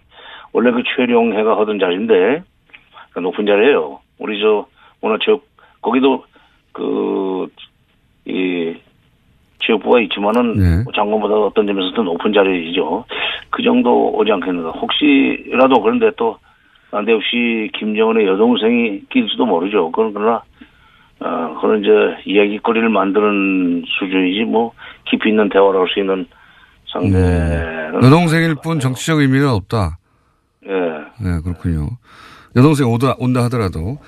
그러면 이제 이동수단 관련해서 얘기가 많아요. 그 예술단 이동수단을 위해서 만경봉호를, 택했다고 하고, 그리고 김영남 위원장 오는 것은, 항공편으로 올지 뭐 이런 전망들이 계속 나오는데, 이동수단도 각각 다 의미가 있는 거 아닙니까? 그렇죠. 지금 김영남 위원장이 오게 되면은 육로로 오기는 좀 힘들 거예요. 왜냐하면 평양에서 서울까지 오는 데만 해도 한 4시간 쉬지 않고 와도, 그리고 거기서 다시 또 무슨 이 KTX를 타고 강릉까지 간다, 평창 진부까지 간다, 평창까지 간다. 이거 90노인한테는 굉장히 힘든 일입니다. 네. 지금 28년생이니까 세는 나이 지금 91 아니에요. 그렇군요. 건강, 굉장히 건강, 고령이네요. 건강하죠. 그분이 굉장히 건강해요. 내가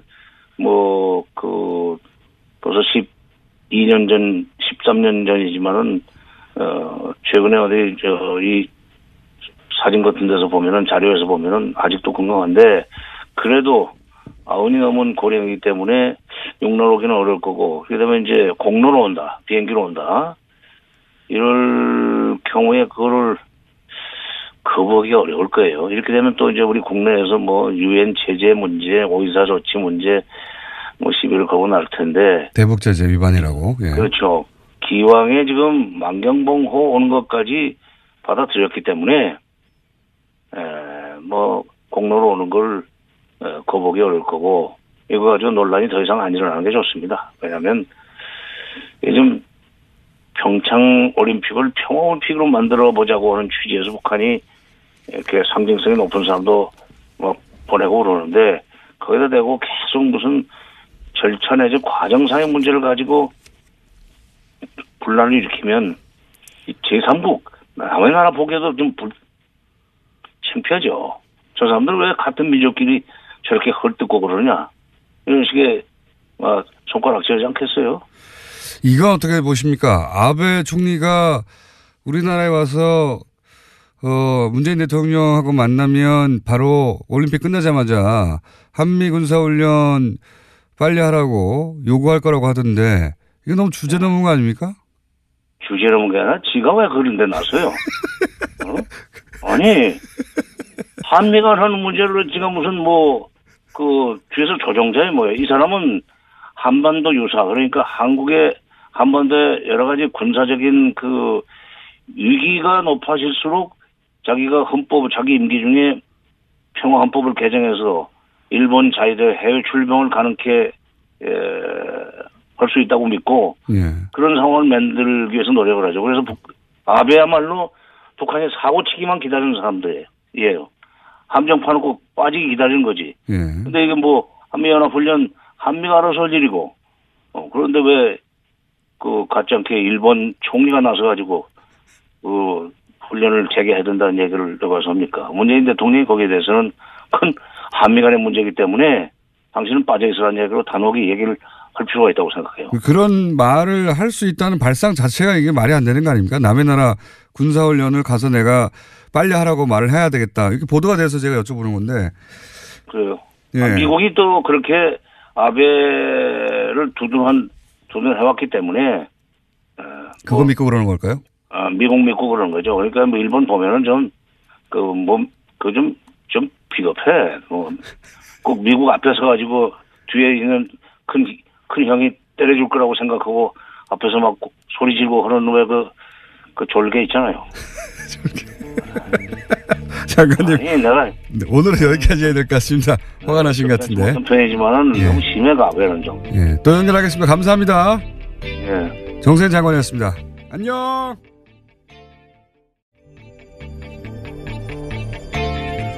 안녕하세요. 김호준입니다. 삼성 이재용 부회장이 집행유예로 석방됐습니다. 이 사건의 본질 간단합니다. 돈 많은 아빠가 아들에게 재산 물려주는데 세금 안 내고 싶었던 겁니다. 거기서 출발해 무사히 재산 물려받느라 온갖 방법 동원하다가 대통령 비선 실세에게 말 사주고 뒷돈 주다가 들킨 거, 그냥 그겁니다. 이게 무슨 인류 공용을 위한 한 인간의 위대한 투쟁, 그런 거 아니에요. 그런데 사법부는 이재용 부회장이 피해자라고 합니다. 존경하는 판사님, 웃긴 소리 좀 하지 맙시다. 당했다는 피해자의 재산이 어떻게 오히려 늘어납니까? 강도가 돈 챙기고 피해자 집에 더 큰 금괴를 두고 왔어요. 이게 당한 겁니까? 서로 주고받은 거지. 그리고 판결 해설 기사 쓰는 기자님들도 사기 좀 치지 맙시다. 그냥 삼성이니까 풀려나가잖아요. 삼성이 당신들 아빠도 아닌데 뭘 그렇게 구구절절 변명을 해줍니까? 사법부도 언론도 그렇게 삼성 앞에서 알랑방구만 안 껴도 삼성이 이렇게는 못하죠. 삼성과 맞서 싸우라는 게 아닙니다. 적어도 알랑방구는 끼지 말자 우리. 네. 쪽팔리지 않습니까? 집행유예 뉴스 듣고 생각합니다. 쪽팔리게는 살지 말자. 김어준의 다짐이었습니다.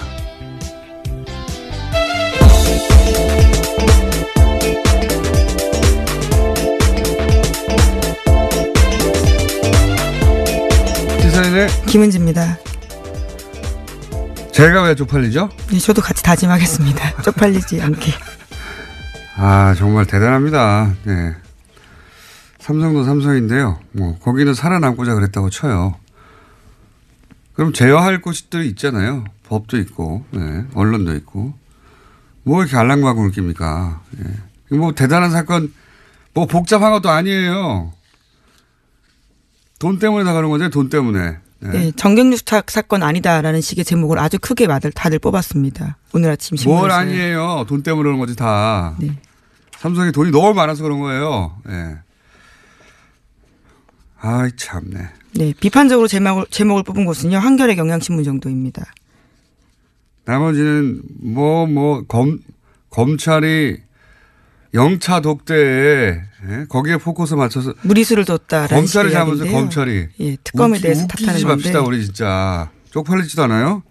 무슨 변명을 다 대신 그렇게 열심히 해줍니까? 아, 자, 첫 번째 뉴스. 네, 말씀처럼 이재용 삼성전자 부회장 뉴스 피해갈 수 없습니다. 어제 풀려났는데요. 서울고등법원은 이 부회장에게 징역 5년을 선고한 1심을 깨고 집행유예를 선고했습니다. 이거 예상됐던 거죠, 예상. 5년 나왔을 때부터 집행유예를 풀어주려고 그런다. 다들 얘기했어요, 다들. 네, 소위 3.5 법칙이라고요. 재벌한테만 유독 통하는 이야기입니다. 자, 재판 판결 내용을 간단하게 요약하면요. 네, 정치 권력과 자본 권력의 부도덕한 밀착이라고 1심 판결이 한 바 있는데요. 이에 대해서 뒤집었습니다. 삼성이 피해자 논리를 공인해 준 셈인데요. 재판부는 이 사건을 최고 정치 권력자인 박근혜 전 대통령이 국내 최대 기업 집단인 삼성그룹에 경영진을 겁박하고 최순실 씨가 그릇된 모성애로 사익을 추구한 사건이다라고 규정했습니다. 재판부 판결은 핵심은 삼성이 피해자라는 거예요. 웃기는 소리입니다. 진짜. 삼성이 계속했던 주장인데요. 이를 드디어 들어준 겁니다. 삼성 변호인단 주장을 그대로 받아들인 거예요. 예. 그리고 그러면 그럴 거면 재판을 뭐 합니까? 왜 합니까? 그리고 결과적으로는 전부 박근혜 전 대통령이 다 뒤집어 쓴 겁니다. 현재. 이 판결 나오자마자 박사부는 거리를 뛰어나가야 되는 겁니다. 그리고 예를 들어서 조원진, 애국당 지금 올림픽 때문에 지금 시위하고 있거든요. 거기 갈 지금 때가 아니에요. 다 사법부 앞으로 몰려가야 돼요. 애국당. 그리고 자유한국당 내 진박들 지금 뭐 좋은 제대로 된 판결이라고 자유한국당에서 그러는데 들고 일어나야 돼요. 다 박근혜 대통령이 혼자 했다는 거예요. 이게. 삼성은 당했다는 겁니다. 네, 박근혜 전 대통령 쪽 요구에 수동적으로 응했을 뿐이다라는 게 어제 재판부의 판단입니다. 재판의 핵심은 그거예요. 당했다. 피해자다. 네. 그리고 전부 다 박근혜 전 대통령, 최순실 둘이서 했다는 겁니다. 예. 네, 정경유착의 의무도 굉장히 한정적으로 해석을 했고요. 그렇기 때문에 이재용 부회장은 개별 현안에 대해서 어떤 청탁도 하지 않았다라고 판단하고 있습니다. 사회 공헌하느라고 그랬다는 거 아닙니까? 웃기지 좀 맙시다 진짜. 사회 공헌 활동 일환으로 집행했다. 돈도 다. 야, 대단하지 않습니까? 재판부. 정영식 부장판사님. 네. 웃기는 소리죠. 자, 관련해서 읽어볼 만한 뉴스는 한겨레밖에 없어요. 네, 제일 의미 있는 보도들을 하고 있는데요. 비판적으로 어제 재판에 대해서 이야기하고 있습니다.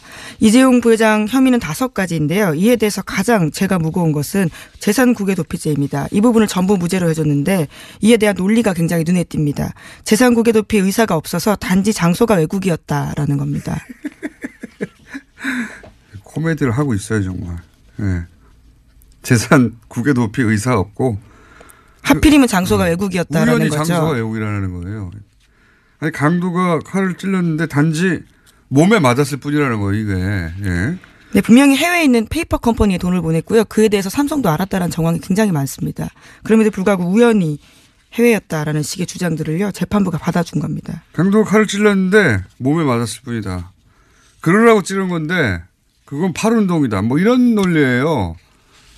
문영표 전 이사장 사건을 가지고 이 판결을 들여다봤을 때 대법원이 어떤 판결을 할 것인가 쉽지 않을 겁니다. 서로 앞뒤가 전혀 안 맞지 않습니까? 그렇죠. 문영표 이사장은 결국은 자기가 한 걸로. 네. 그렇죠. 그러니까 삼성을 위해서 그런 일을 한 걸로 뭐 그렇게 결론이 났는데 삼성이 사라지다 보니까 삼성은 겁을 먹은 사람을 위해서 일을 한 거죠. 그러니까. 그러니까 피해자가 됐기 때문에 그죠? 그럼 혼자 나서서 하게 된 거예요. 네. 허공에 둥둥 떠가 외롭게 지금. 그렇게 훌륭하신 분을 왜 실형을 선고합니까? 박애주의자인데. 그러니까. 그리고 또 이제 많은 사람들이 얘기하는 게 그 국외 재산 도피가 아니다. 네. 그게 우연히 외국이더라. 이런 건 논리 있지 않습니까? 네. 이게 진짜 웃긴 거 아니에요?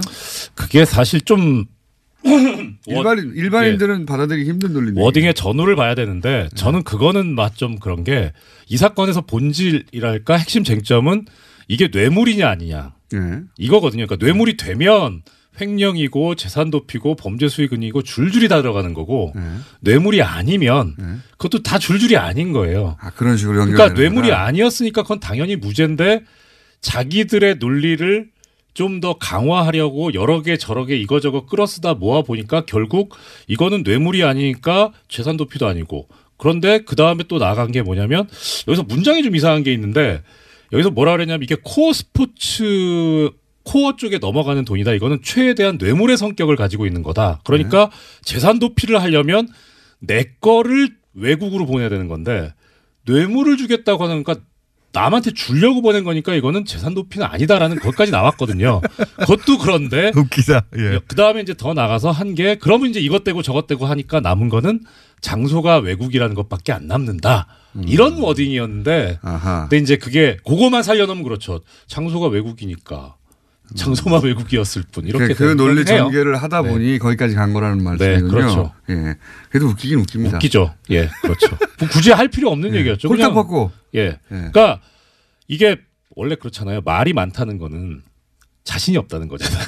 사람들이 뭐라고 할까봐. 예, 이것 쓰고 저것 쓰고 한 거죠. 비록 벗긴 하였으나 벗은 게 들키면 안 되니까요. 이렇게 저렇게 얼기설기 꼬매가지고 가린 거 아닙니까? 그렇죠. 요 얘기하다 보니 시간이 다 됐네. 이 재판과 관련된 본질을 얘기하고 이 몇 페이지짜리 판결문이에요?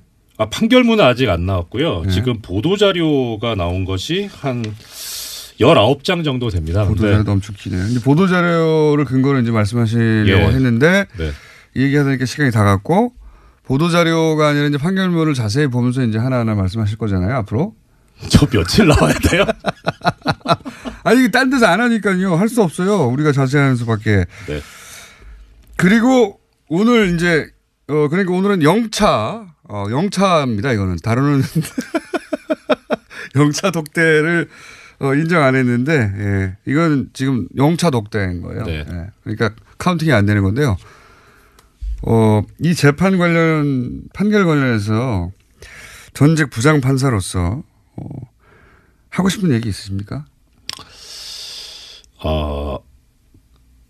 보통은 이렇게 자신의 정치적인 성향을 드러내거나 가지고 있더라도 조심을 해요. 네. 왜냐하면 오해를 살 수 있으니까. 네. 그리고 그 전제로서 공과 사는 명확하게 구별을 해야죠. 나는 뭐 성향이 보수적이든 혹은 진보적이지만 예. 그거 무관하게 판결을 내리려고 노력하고 그렇죠. 영원히 남는 판결문이니까요. 그럼요. 네. 근데 이거는 좀 제가 지금까지 역대급 판결이 법원에서 나온 역대급 판결을 두 개를 꼽는데 하나는 한명숙 전 총리 판결이고 또 하나는 정몽구 전 현대자동차 회장 판결이거든요. 네. 참 역대급으로 쓰레기 판결들인데 능가합니다. 코멘트를 뭐 이 정도면 네. 역대급 쓰레기라고. 자, 영차 독대였고요. 네, 앞으로 몇 차까지 이정열 판사님과 독대가 이어질지 모르겠습니다. 왜냐하면 모든 언론이 이런 얘기를 하고 있으면 저희가 할 필요가 없잖아요. 예, 딴 거 하면 되는데 안 하니까 할 수 없이 합니다. 자, 오늘은 영차 독대였습니다. 이정열 전 부장 판사님이었고요. 이재용 판결 관련해서 앞으로 최소한 4차, 5차까지는 독대가 이어질 거라고 예상됩니다. 자, 여기까지 하겠습니다. 감사합니다. 고맙습니다.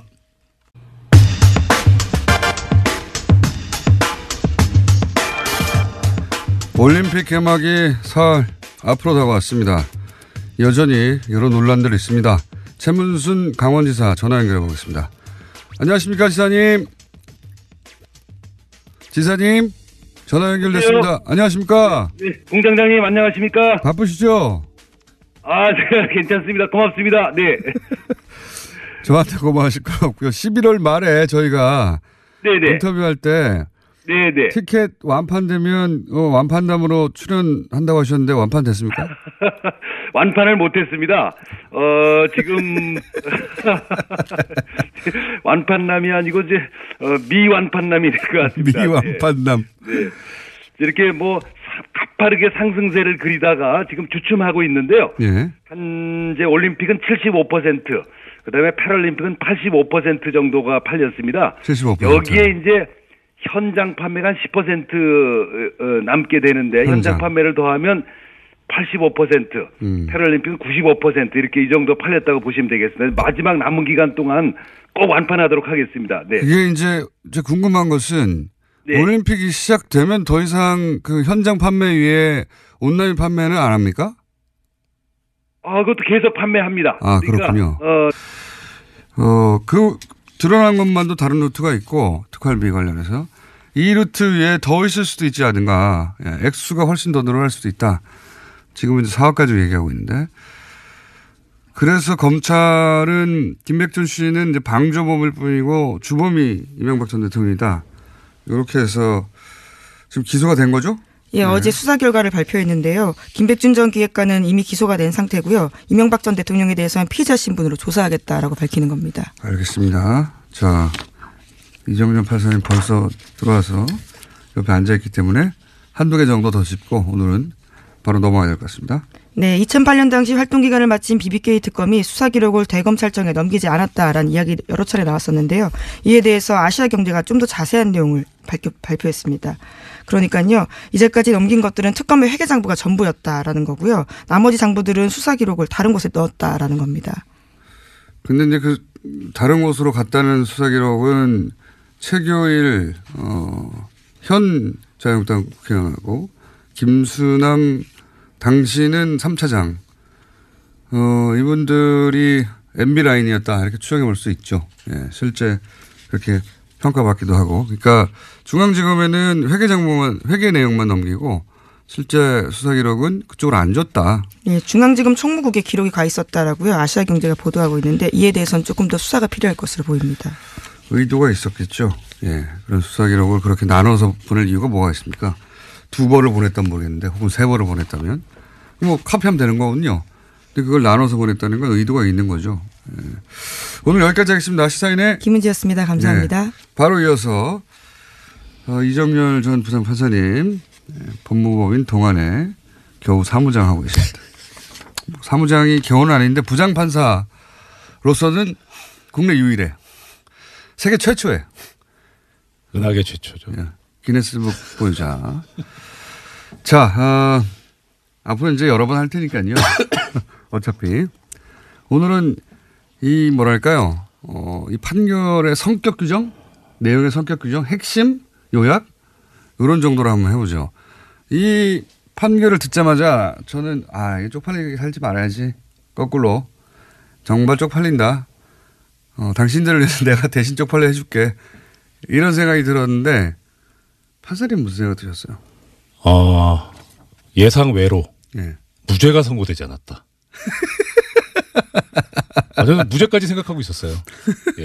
돌아가는 분위기도 그렇고 재판부도 그렇고. 그 재판부의 성격으로 봐. 예. 예. 과거의 행적으로 봐. 네. 무죄까지도 막 내려버릴 수 있는 사람들이다. 그러니까 조윤선 전 장관 판결처럼 예. 국회에서의 위증한 부분은 막 유죄할 수도 있을 것 같은데 예. 나머지는 전부 무죄하지 않겠느냐.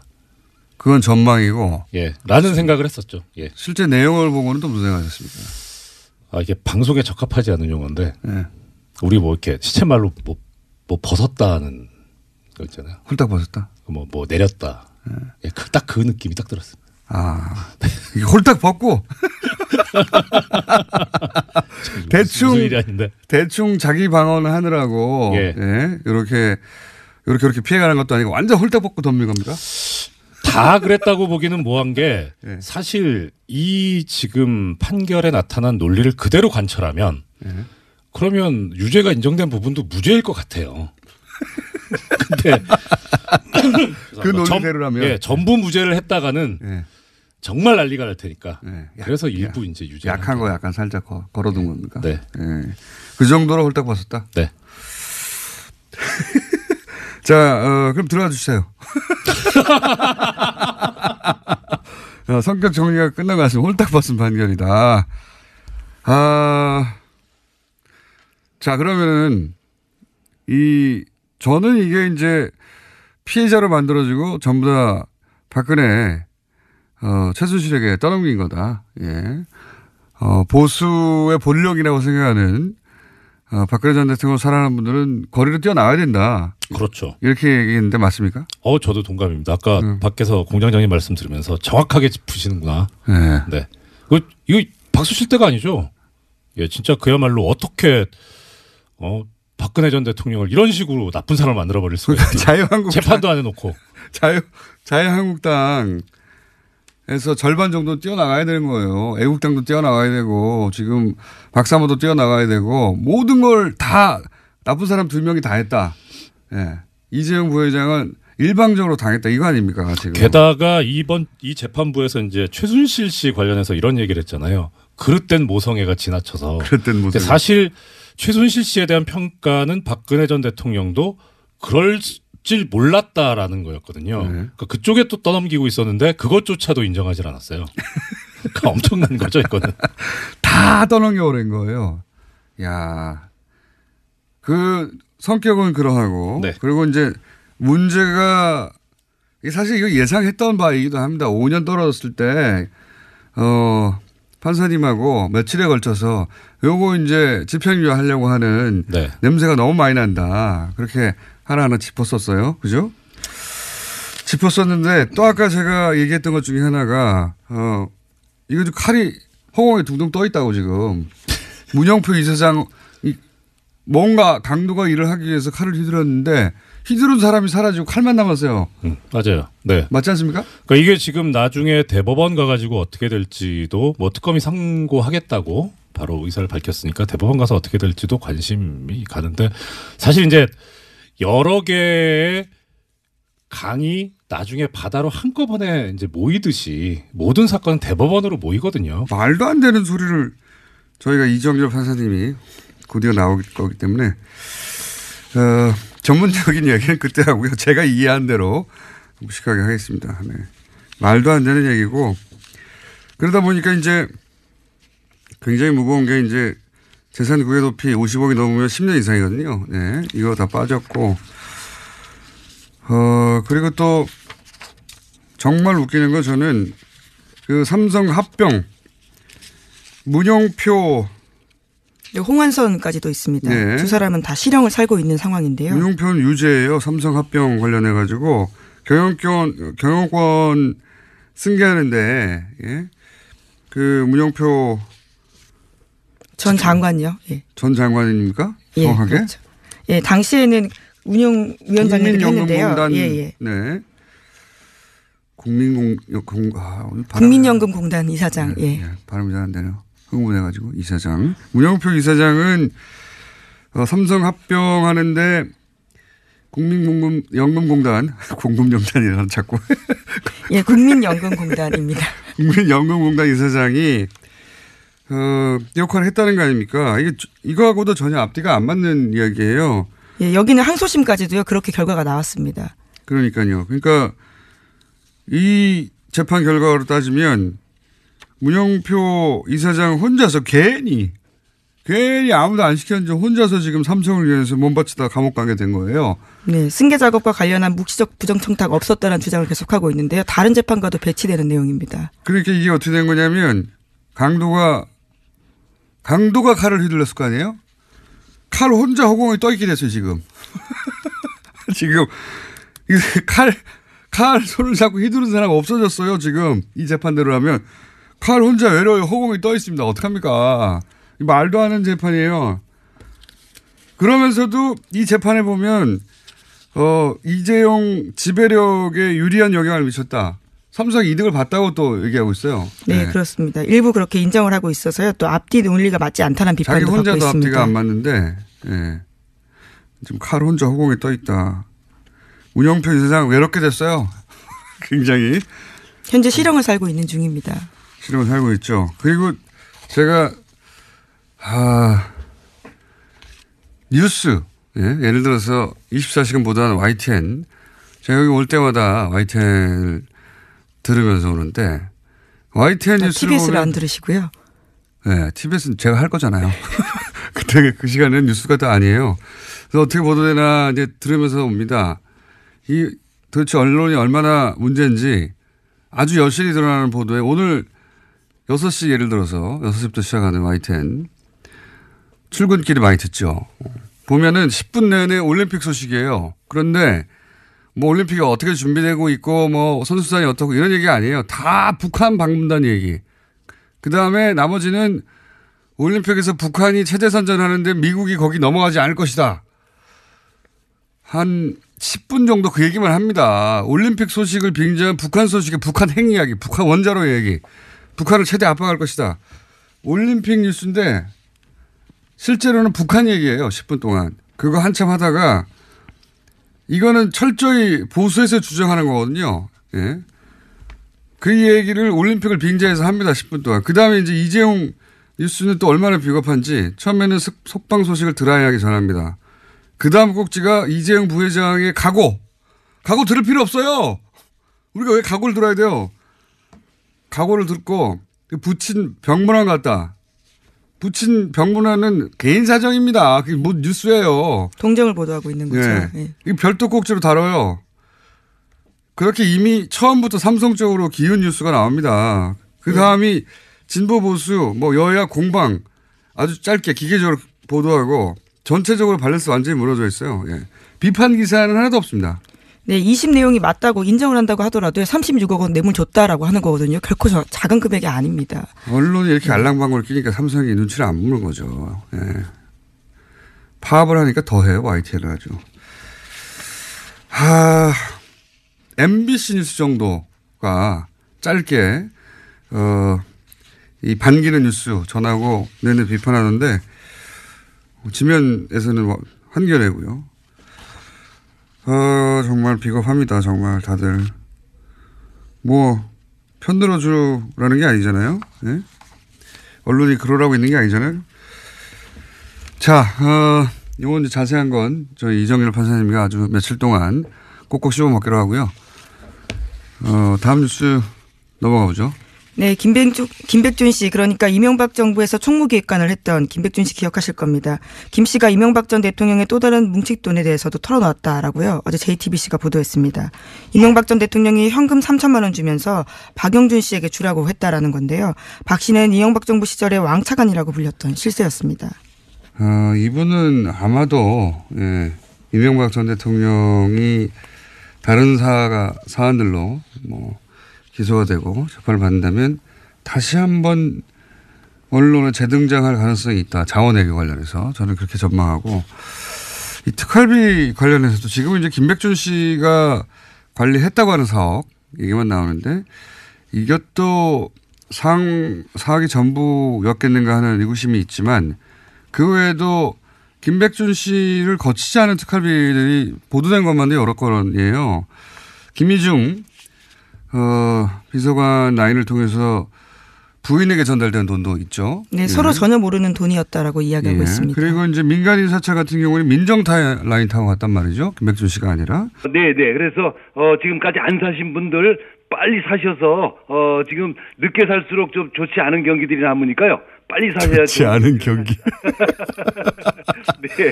네. 그러니까 이제 그 TV로 보다가 나도 한번 가보고 싶다 멀지도 않은데 이런 생각이 불쑥 들면 인터넷에서 여전히 구입할 수 있다는 거죠. 예. 그렇습니다. 아, 네. 그렇군요.